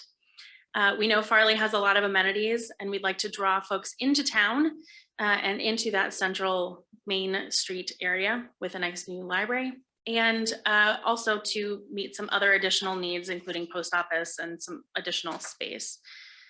Next slide. This is the site that was selected by the city based on the recommendation based in part on the recommendation of the 5 community meetings. Next slide. It is directly across the street from the new municipal building. It is right next to Dirty Ernie's, so it's the old lumberyard site, but it is it is in a very walkable and convenient location, especially for the schools in town. So Seton Catholic and Drexler Elementary and Drexler Middle School are just a couple of blocks away from where this library space would be located. It's also right downtown from, it's very near things like the grocery store, as I said, City Hall, and the restaurants that are on Main Street. Okay, now the next slide, thanks. Here's a picture of this derelict property. It is the old lumberyard site. And we would like to put something prettier there. Next slide. So here are we did some Spark design sessions with FEH where they came in and they did a bunch of drawings based on any idea that someone would bring in. Some of these are, well, these are all ideas that came out of that. You can see more of those designs at the URL at the bottom of the page. But they went from anything like that $9 million giant complex that would be a recreational area, a post office, a library, huge amounts of parking. And I think it includes a soccer field or a youth soccer field. That was one of those, dream big and we'll draw it kinds of things. And some of these, the lower level or the middle bottom one, sorry, is I believe if you would have taken the Loomis building and renovated that. So we kind of looked at all different kinds of possibilities. Next slide. So our request is for a variation on this design on this property. So the old lumberyard building or old lumberyard property is currently owned by the Farley Industrial Development Corporation and will be donated to the city of Farley. The location is the community's first choice and it's on Main Street. It is a large lot with room for future development. The design would not be exactly this, but this is a beginning possibility for what we would like, and the budget is based on this drawing. On page 83 and 84 of your packet are comments from the public on this particular design and this particular location. I believe there were two different designs, but both on this one space. One thing we wanted to talk about is that this is it's a redevelopment of a derelict property. So there's a lot of potential for improving this space and revitalizing the downtown. And it's really great that it's across from another property that has recently been developed. And just kind of gives Main Street and that central part of Main Street, Farley, a really nice facelift, I would say. And now I'm going to turn things over to Lauren to talk more about the city things, less about the planning and the library things. Okay, as you can see up there, oh, I'm sorry, Lauren Modernock, City Clerk. As you can see up here, this is concept 2.2, the budget. This can be referenced on page 123 in that book if you want to see a larger breakdown of that. So we accounted for a 3% increase based on the consumer price index. And as we know, that might be a conservative number based on the COVID-19 pandemic. We intend to apply for the EPA brownfields to deconstruct the current derelict building and then possibly do some, yes, in-kind donations, yes. There will be a fundraising drive by the Farley Library Committee for personal giving, and then the city, and then in partnership with the Dubuque County Library District will also be applying for any other grants that would pertain to this. The total cost of the project in 2023 bid dollars is a little under 4.3 million, and then we are requesting 80% of that cost. Slide, please. And then we just want to address why we are requesting 80% of this project cost. We have several large upcoming projects over the next 3 to 5 years, which will utilize much of the city's debt capacity. We have received $386,000 in RISE grant fundings for the 9th Avenue project, which would be forfeited if the project were to not move forward. These projects are improving necessary street infrastructure within the city and supporting the growing industrial development. We do not feel comfortable beginning construction on a multi-purpose building to house the library and post office until 90% of funds have been raised with our limited ability to fund the project on our own. Next slide. We are confident that if the request is granted, we could be ready to begin construction on the new building in 12 to 18 months. As funds are raised, some next steps could be undertaken. As you can see up there, we'll be continuing public meetings, contracting for schematic designs, and applying for grant fundings, like I said before, to deconstruct the derelict structure. And this project has the vast support of the City of Farley, community members in and around the City of Farley, and the Dubuque County Library District Board of Trustees. Included in your packet are over 25 letters of support from community members. And then we also have this brief video which features business owners, citizens of Farley, and the surrounding community. Okay.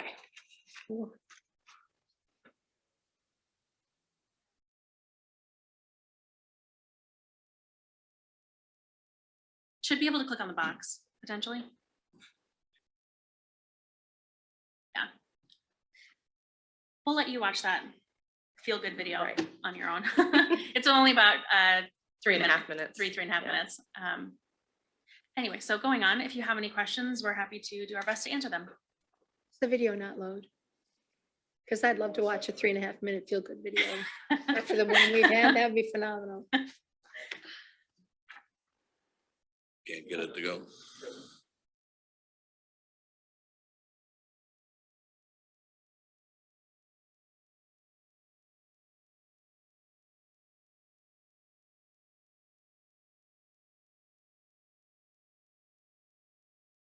Here, I would be interested in hearing from some of the other residents or other partners as well, when we get time.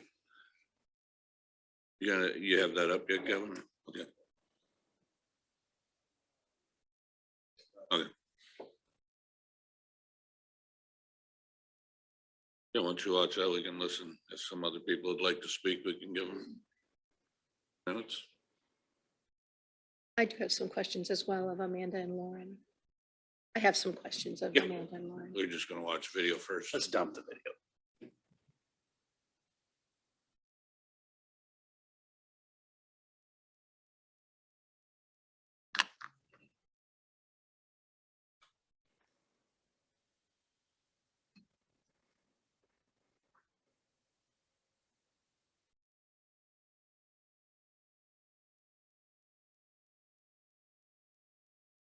Hmm. Well, the good news is we have a packed room. Is that That's in true. the, People probably It would is. love to tell us. Here we go. Audio. So in this scene, she's encouraging her son to pull up the library catalog and start looking, describing the small collection that we are able to have right now out at Farley. We just have some plywood boxes with a couple hundred books in there. It's not what any of us would like for the community of Farley right now. We do keep that very refreshed every week. Our staff members bringing out new materials for that collection.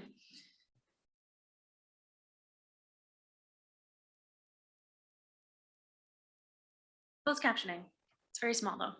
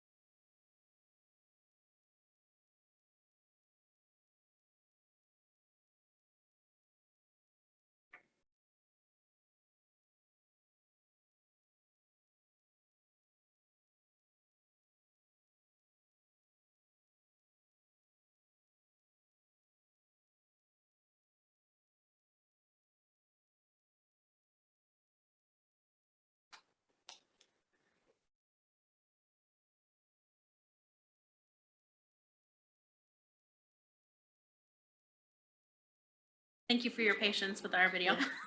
Any other It does have audio, I promise. So Amanda, you showed the green hash through the county. Mhm. And I'd like to talk about square footage that's in the building. Okay. So the square footage of the total municipal building and then the square footage that is for the library. Okay, can you break that down for me? Like the square footage that's in the Farley new building that you're asking for help for? How much square footage is there and how much is then reserved of that for the library? I believe that the the library portion, according to the space needs assessment, was about 5,700 square feet. That is just the library portion of that building. And the square footage for each of those, for every design, varies quite a bit. I'm gonna pick on Christy and see if she has any numbers stuck in her head. You should come over here, Christy. Then my other question for you, Amanda, Yeah. is what is the square footage that the county would need in a library to serve that area of unincorporated area? So that was taken into account when we did the space needs assessment. So the population that we used for that space needs was not just the population of the city of Farley. I don't recall exactly how broad we made it outside of, but we did take into account, not the entire county, because not everyone's going to be driving out from, you know, the Sherrill area to come over to Farley. Not that they couldn't, but it's a little less likely. But we did kind of draw a bigger circle around the community of Farley because we knew that this is a branch of the Dubuque County Library District and serves not just the community of Farley, it serves the whole rural population of the county as well. Okay, so is 5,700 square feet That's the size that you need to serve your circle? That is the size that was determined, yes, in looking at the population, including the circle outside of Farley, that was the size that was determined by the space needs assessment. Yes. Because I live in Asbury Mhm. and the library is too small. It is. Brand new building and the library is out of space. So what I don't want to see happen is in Farley, brand new construction where it's being built for the library and it will be out of space in 5 years. And that's what's happened in Asbury. One of the reasons why we like this design specifically is because it is on a large lot. It does have room for expansion. And one of the ways that the library would like to expand services in the next 3 to 5 years, hopefully, depending on how this project goes, is with the bookmobile. And there is space on this property that we would be able to build a garage and possibly, and really most likely, function out of the Farley branch. So that expands our capacity there and our ability to serve folks, meeting them more where they live rather than just in the building. But we did plan for a larger population. And I know years ago when I lived in Farley for a short time, didn't the bookmobile actually, it was stored in Farley, right? And would leave out of Farley to be central to the county.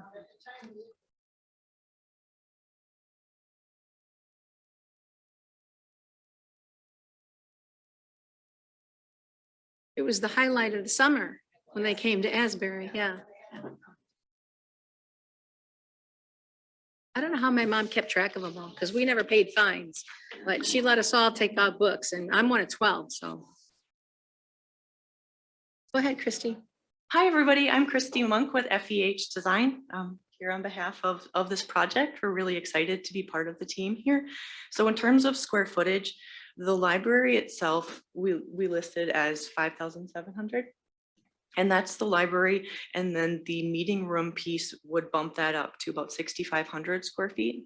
That's not part of the library. It has its own entrance. Yes, coming it right- has its own entrance. It's part of the shared lobby. So you'd So how enter, much is that room? that would be about 700 or 800 square feet. Okay. And that would be available for the library to use. That's a space that we would use for our programming. We would utilize for our programming there. Okay. Yep, but the intent of the shared lobby is that you could use it after library specific hours. And that same idea would apply to the post office. So that would be off of the shared lobby, and that is 3,500 square feet. 2,500. 3,500. Enunciation is important, as bet. the closed captioning will tell me. So. And I looked at it. It looked at about half the square footage was for the library and half the square footage was for other. Oh, Okay, it's primarily the library with the collection specific spaces, and then also the study rooms and the staff spaces and the kind of shared library spaces. And I did 40 split. just want to make, I'm sorry, one brief note about the service population is it is projected out 20 years in terms of the space needs and the building size related to the service area and the population served. Thank you, Christy. Do you have anything, Jay? I do. I'm glad to see this project. I think your timing was really good as far as going through all of the preparation and the community input and the planning. And then we were awarded large amounts of federal funds. So this is the type of project that I envisioned that we would get requests for. So thank you for bringing that to us. My second comment is in my 6 years of the board, it's been remarkable that many of our small towns are very self-sufficient, and I think maybe have a sense of pride that they don't necessarily come asking for funds very often. We do a lot of transactions with the city of Dubuque, a whole bunch of them, where we write checks to them and partnerships that we have, but not as many in the rural communities. So I'm very pleased that this has come forward, and I anticipate supporting it. My question is related to the post office. And so would that be, the post office would be its total separate entity and the federal government would handle that? Or this would be a building similar to the federal building here in Dubuque, where the city of Farley or whoever the library district would actually charge rent to the post office? How would you envision that working? That is correct. So the city of Farley would own the entire municipal building, and then we would rent that space out to the post office. And I believe they do that on 25-year contracts. So that could be a revenue generator and help Exactly. offset utilities and thought. ongoing costs. Right. Yep. Good idea. Is the library, right now, is the post office in Farley? Are you in jeopardy of losing the post office? It currently is in Farley. My understanding is that the lease did not get agreed upon until just recently. So we were under the understanding that we needed to find a different location for the post office. I believe the lease at this point only goes out to 5 years. So we could potentially have a space for them ready to go when that lease is up in that current location. So more work to be done there. But until 2025, excuse me, until 2025. What was your question? No, there's more work to be done there, obviously, before Yes. we have a Yes. lease space there. And then I'm going to ask you an awkward question that the governor's asked me. But what is the city of Farley doing with their ARPA funds? Are you dedicating any of the city of Farley got ARPA funds as well. I wonder how much it is, and then how much of that you're dedicating to the new space. All of our ARPA funding is going to replacing water meters throughout the city. The water meters that were in the city, a good chunk of them were not appropriately reading water usage, and that became a problem in regards to collecting funds and paying off our SRF loans that we obviously had for upgrades to our water system. So all of that funding is going towards new water meters. All of that funding is a couple $100,000. 286 maybe, I think that sounds right. 286,000. That is correct. So out of the $50 million, roughly $50 million came into all the county, if you looked at 21 cities and the county itself. And obviously the lion's portion of that was city of Dubuque and Dubuque County. Almost 48 million And then, came to those two entities. The rest of the small towns did receive funding, but it might get a good looking bookshelf, right? Few computers. what will you do if we are not the 80% funder?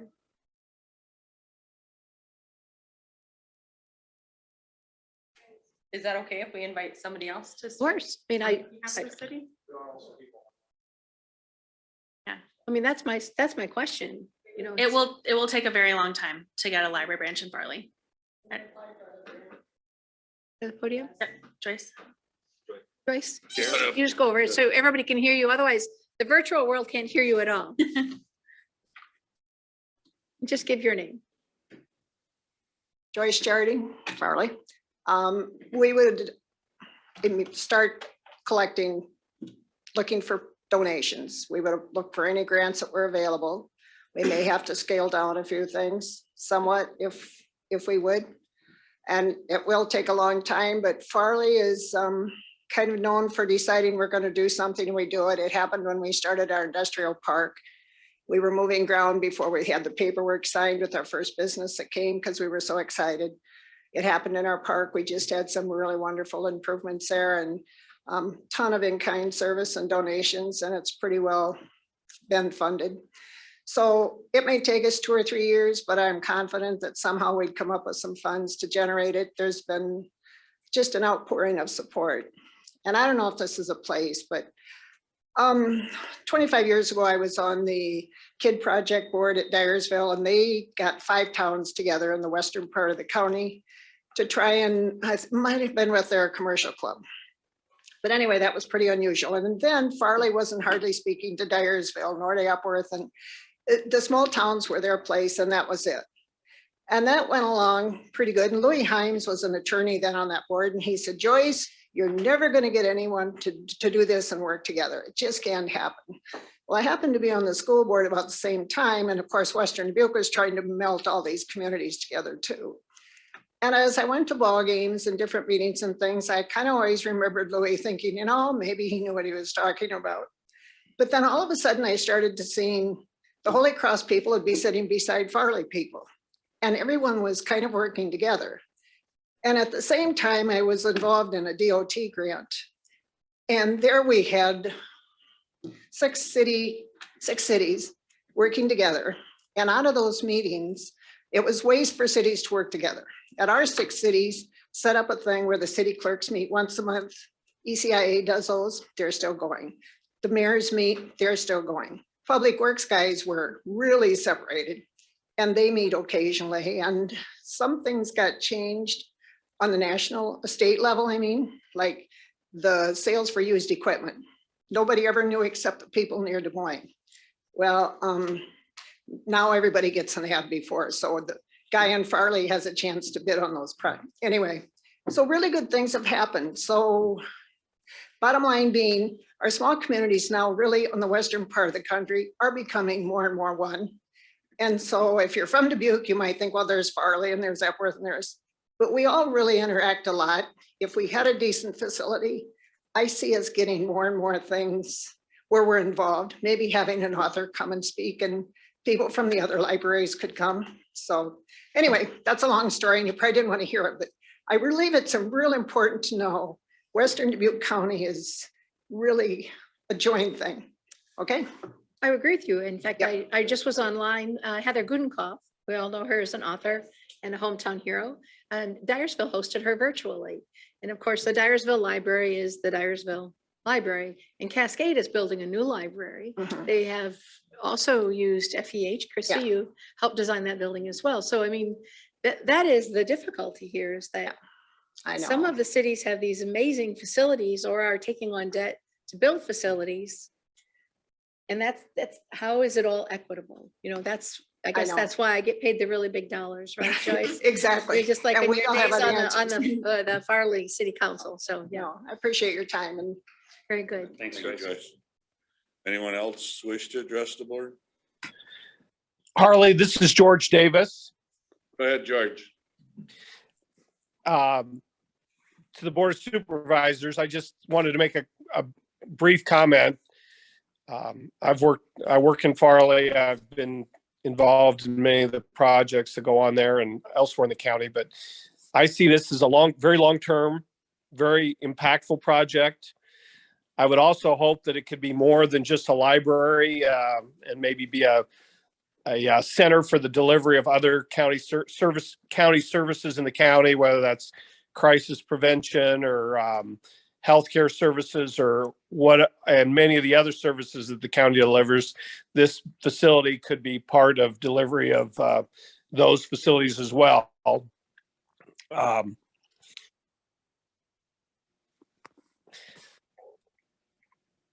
I just got a call. I'm sorry. The other thing, I'm the president of our Farley Industrial Development Group, and our group owns the old lumberyard property. We bought that with the hopes of promoting development within Farley, and our group is committed to donating that property to the library for this facility if we can get grant funding or if we can get funding for the facility. So so those are my comments, and if any of you have any questions, I'd be glad to talk with anybody further about what some of the possibilities for this facility might be. Thank you. Thanks, George. Thank you, George. And I have talked to the mayor of Farley. He and I have had a conversation. Amanda, you were in that conversation as well, I think, when he made his presentation to me. Jay was there, and I support the project. I'd like to see the funding from Farley be robust to begin with commitments, so we can see if you really can get it done. You know, what is, I love to be the last grant and not the first grant, because then you really get a chance to see what is the community's involvement, what is the community's commitment, and then how can we build on that, build with you. So that's, you know, that's what I expressed to Mr. Hayfel during that conversation. So just share that with you all here today. To another point that you made earlier, just, you know, we are very fortunate to have really successful libraries all across Dubuque County. But the Dubuque County Library District is the one that is funded by the supervisors. Cascade is a municipal library. Carnegie Stout is a municipal library. Dyersville is a municipal library. And I know that these ARPA funds are an excellent opportunity to kind of branch your support out across the county in ways that maybe are less traditional. But the Dubuque County Library District is, you know, the geographically the biggest, maybe not population-wise the biggest, but geographically the largest library, serving your citizens, the folks that you are responsible to. And yeah, I also appreciate the, like, I'd like to see other people contributing, but we need matching funds to write grants. You know, we need someone to start the ball rolling, and we have had some contributions come in from the community. The Friends of the Library, the Friends of the Dubuque County Library District, and the Garden Club in Farley are partnering. We usually hold our plant sale in Asbury in the spring. We're going to hold it in Farley this year instead. We're starting to do some of these smaller fundraisers, and we anticipate that continuing. Ask Mary and Joyce for anything, and they will get it done, as I have come to learn and appreciate. And I'm other folks here too, but they're the ones I work with the most. So we know that we will continue to do fundraising, and we will, you know, raise as much as we can, but we do need kind of something to get the ball rolling. One of the way I look at it is, if you look at contribution, so since I've been on the board for 6 years here, if you look at the tax contribution and the increase of that, 75% of the new development in Dubuque County, which is added to the tax rolls, is in towns like Farley, non-city of Dubuque. So the growth has been in Asbury, just go down Highway 20. So Asbury, Peosta, Epworth, Farley, Dyersville, some Cascade. That has been the lion's share of the new growth we've experienced in the last 10 years. And so that's tax dollars, that's tax revenues that help offset many of the programs, obviously all the operations of the courthouse, certainly, you know, related to rural services and unincorporated to our roads, our bridges. And so one of the things I want to make sure that's clear, we're thankful that your small town is growing and that people are choosing to live there and choosing to run their businesses there. And so that's not lost on me. That has been a significant change.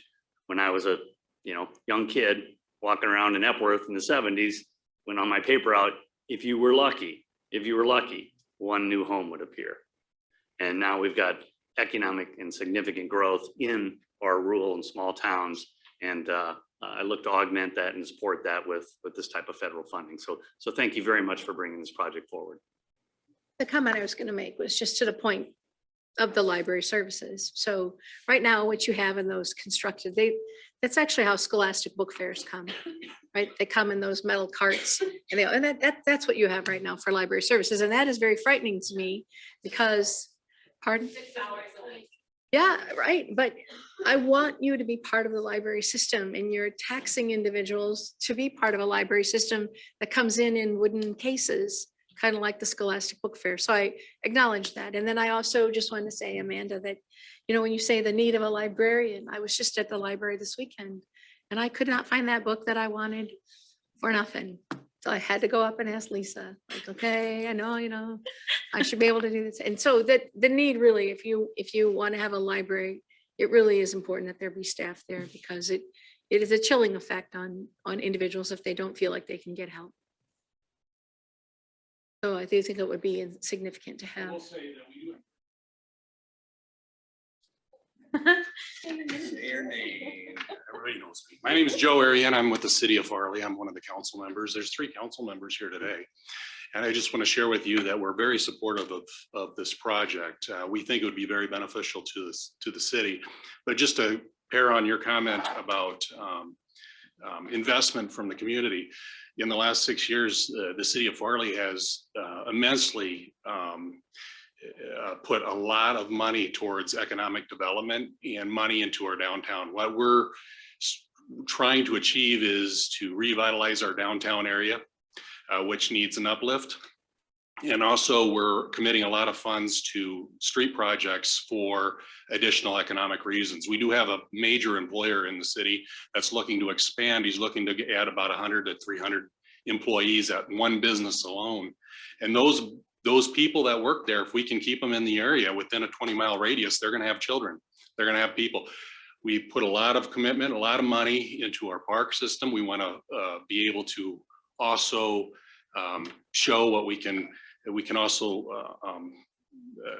give other opportunities for recreation and also programming opportunities, not just for books, but for programming and also other county services. So I just wanted to articulate that we have full council support here in trying to do what we can do to support this kind of project. Thank you, Joe. Thank you. You, Joe. Yes, thanks. You'll just have to pass on to the mayor that it would have been a slam dunk if he was here, but He tried really hard. You're a former mayor. Next best thing, but I just want to reiterate my name is Jeff Simon. Just want to reiterate the strong partnership that the city of Farley and the community of Farley and the county have had over the many years, many decades that we've been part of the Dubuque County Library District. And we didn't falter. We've been involved the entire time supporting library, and they've been a successful part of our community. And just to, you know, talk about the money, here's a chance where, you know, she showed you some pretty big numbers for that building for this project and stuff. And, you know, we can gather a lot of money like we did for our park, but that's still a lot of money to gain from within our community and outside the outlying areas. Here's a chance where there's some money coming from outside the area that you can really make a long lasting impact. Years and years and decades from now, you can say that's the library, that was the building that that was built using those monies. That was the decision that the supervisors put forth, and from there on it was a success. So thank you, Jeff. Anyone else wish to address the board?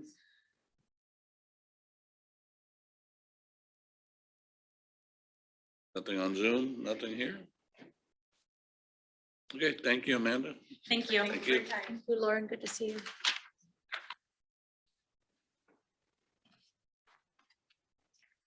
That would conclude the meeting for today. Adjourn? I'll second that. Is that for adjournment? Sorry. Have a motion, a second to adjourn. All in favor signify by aye. Aye. Aye. We are adjourned. Thank you, everyone.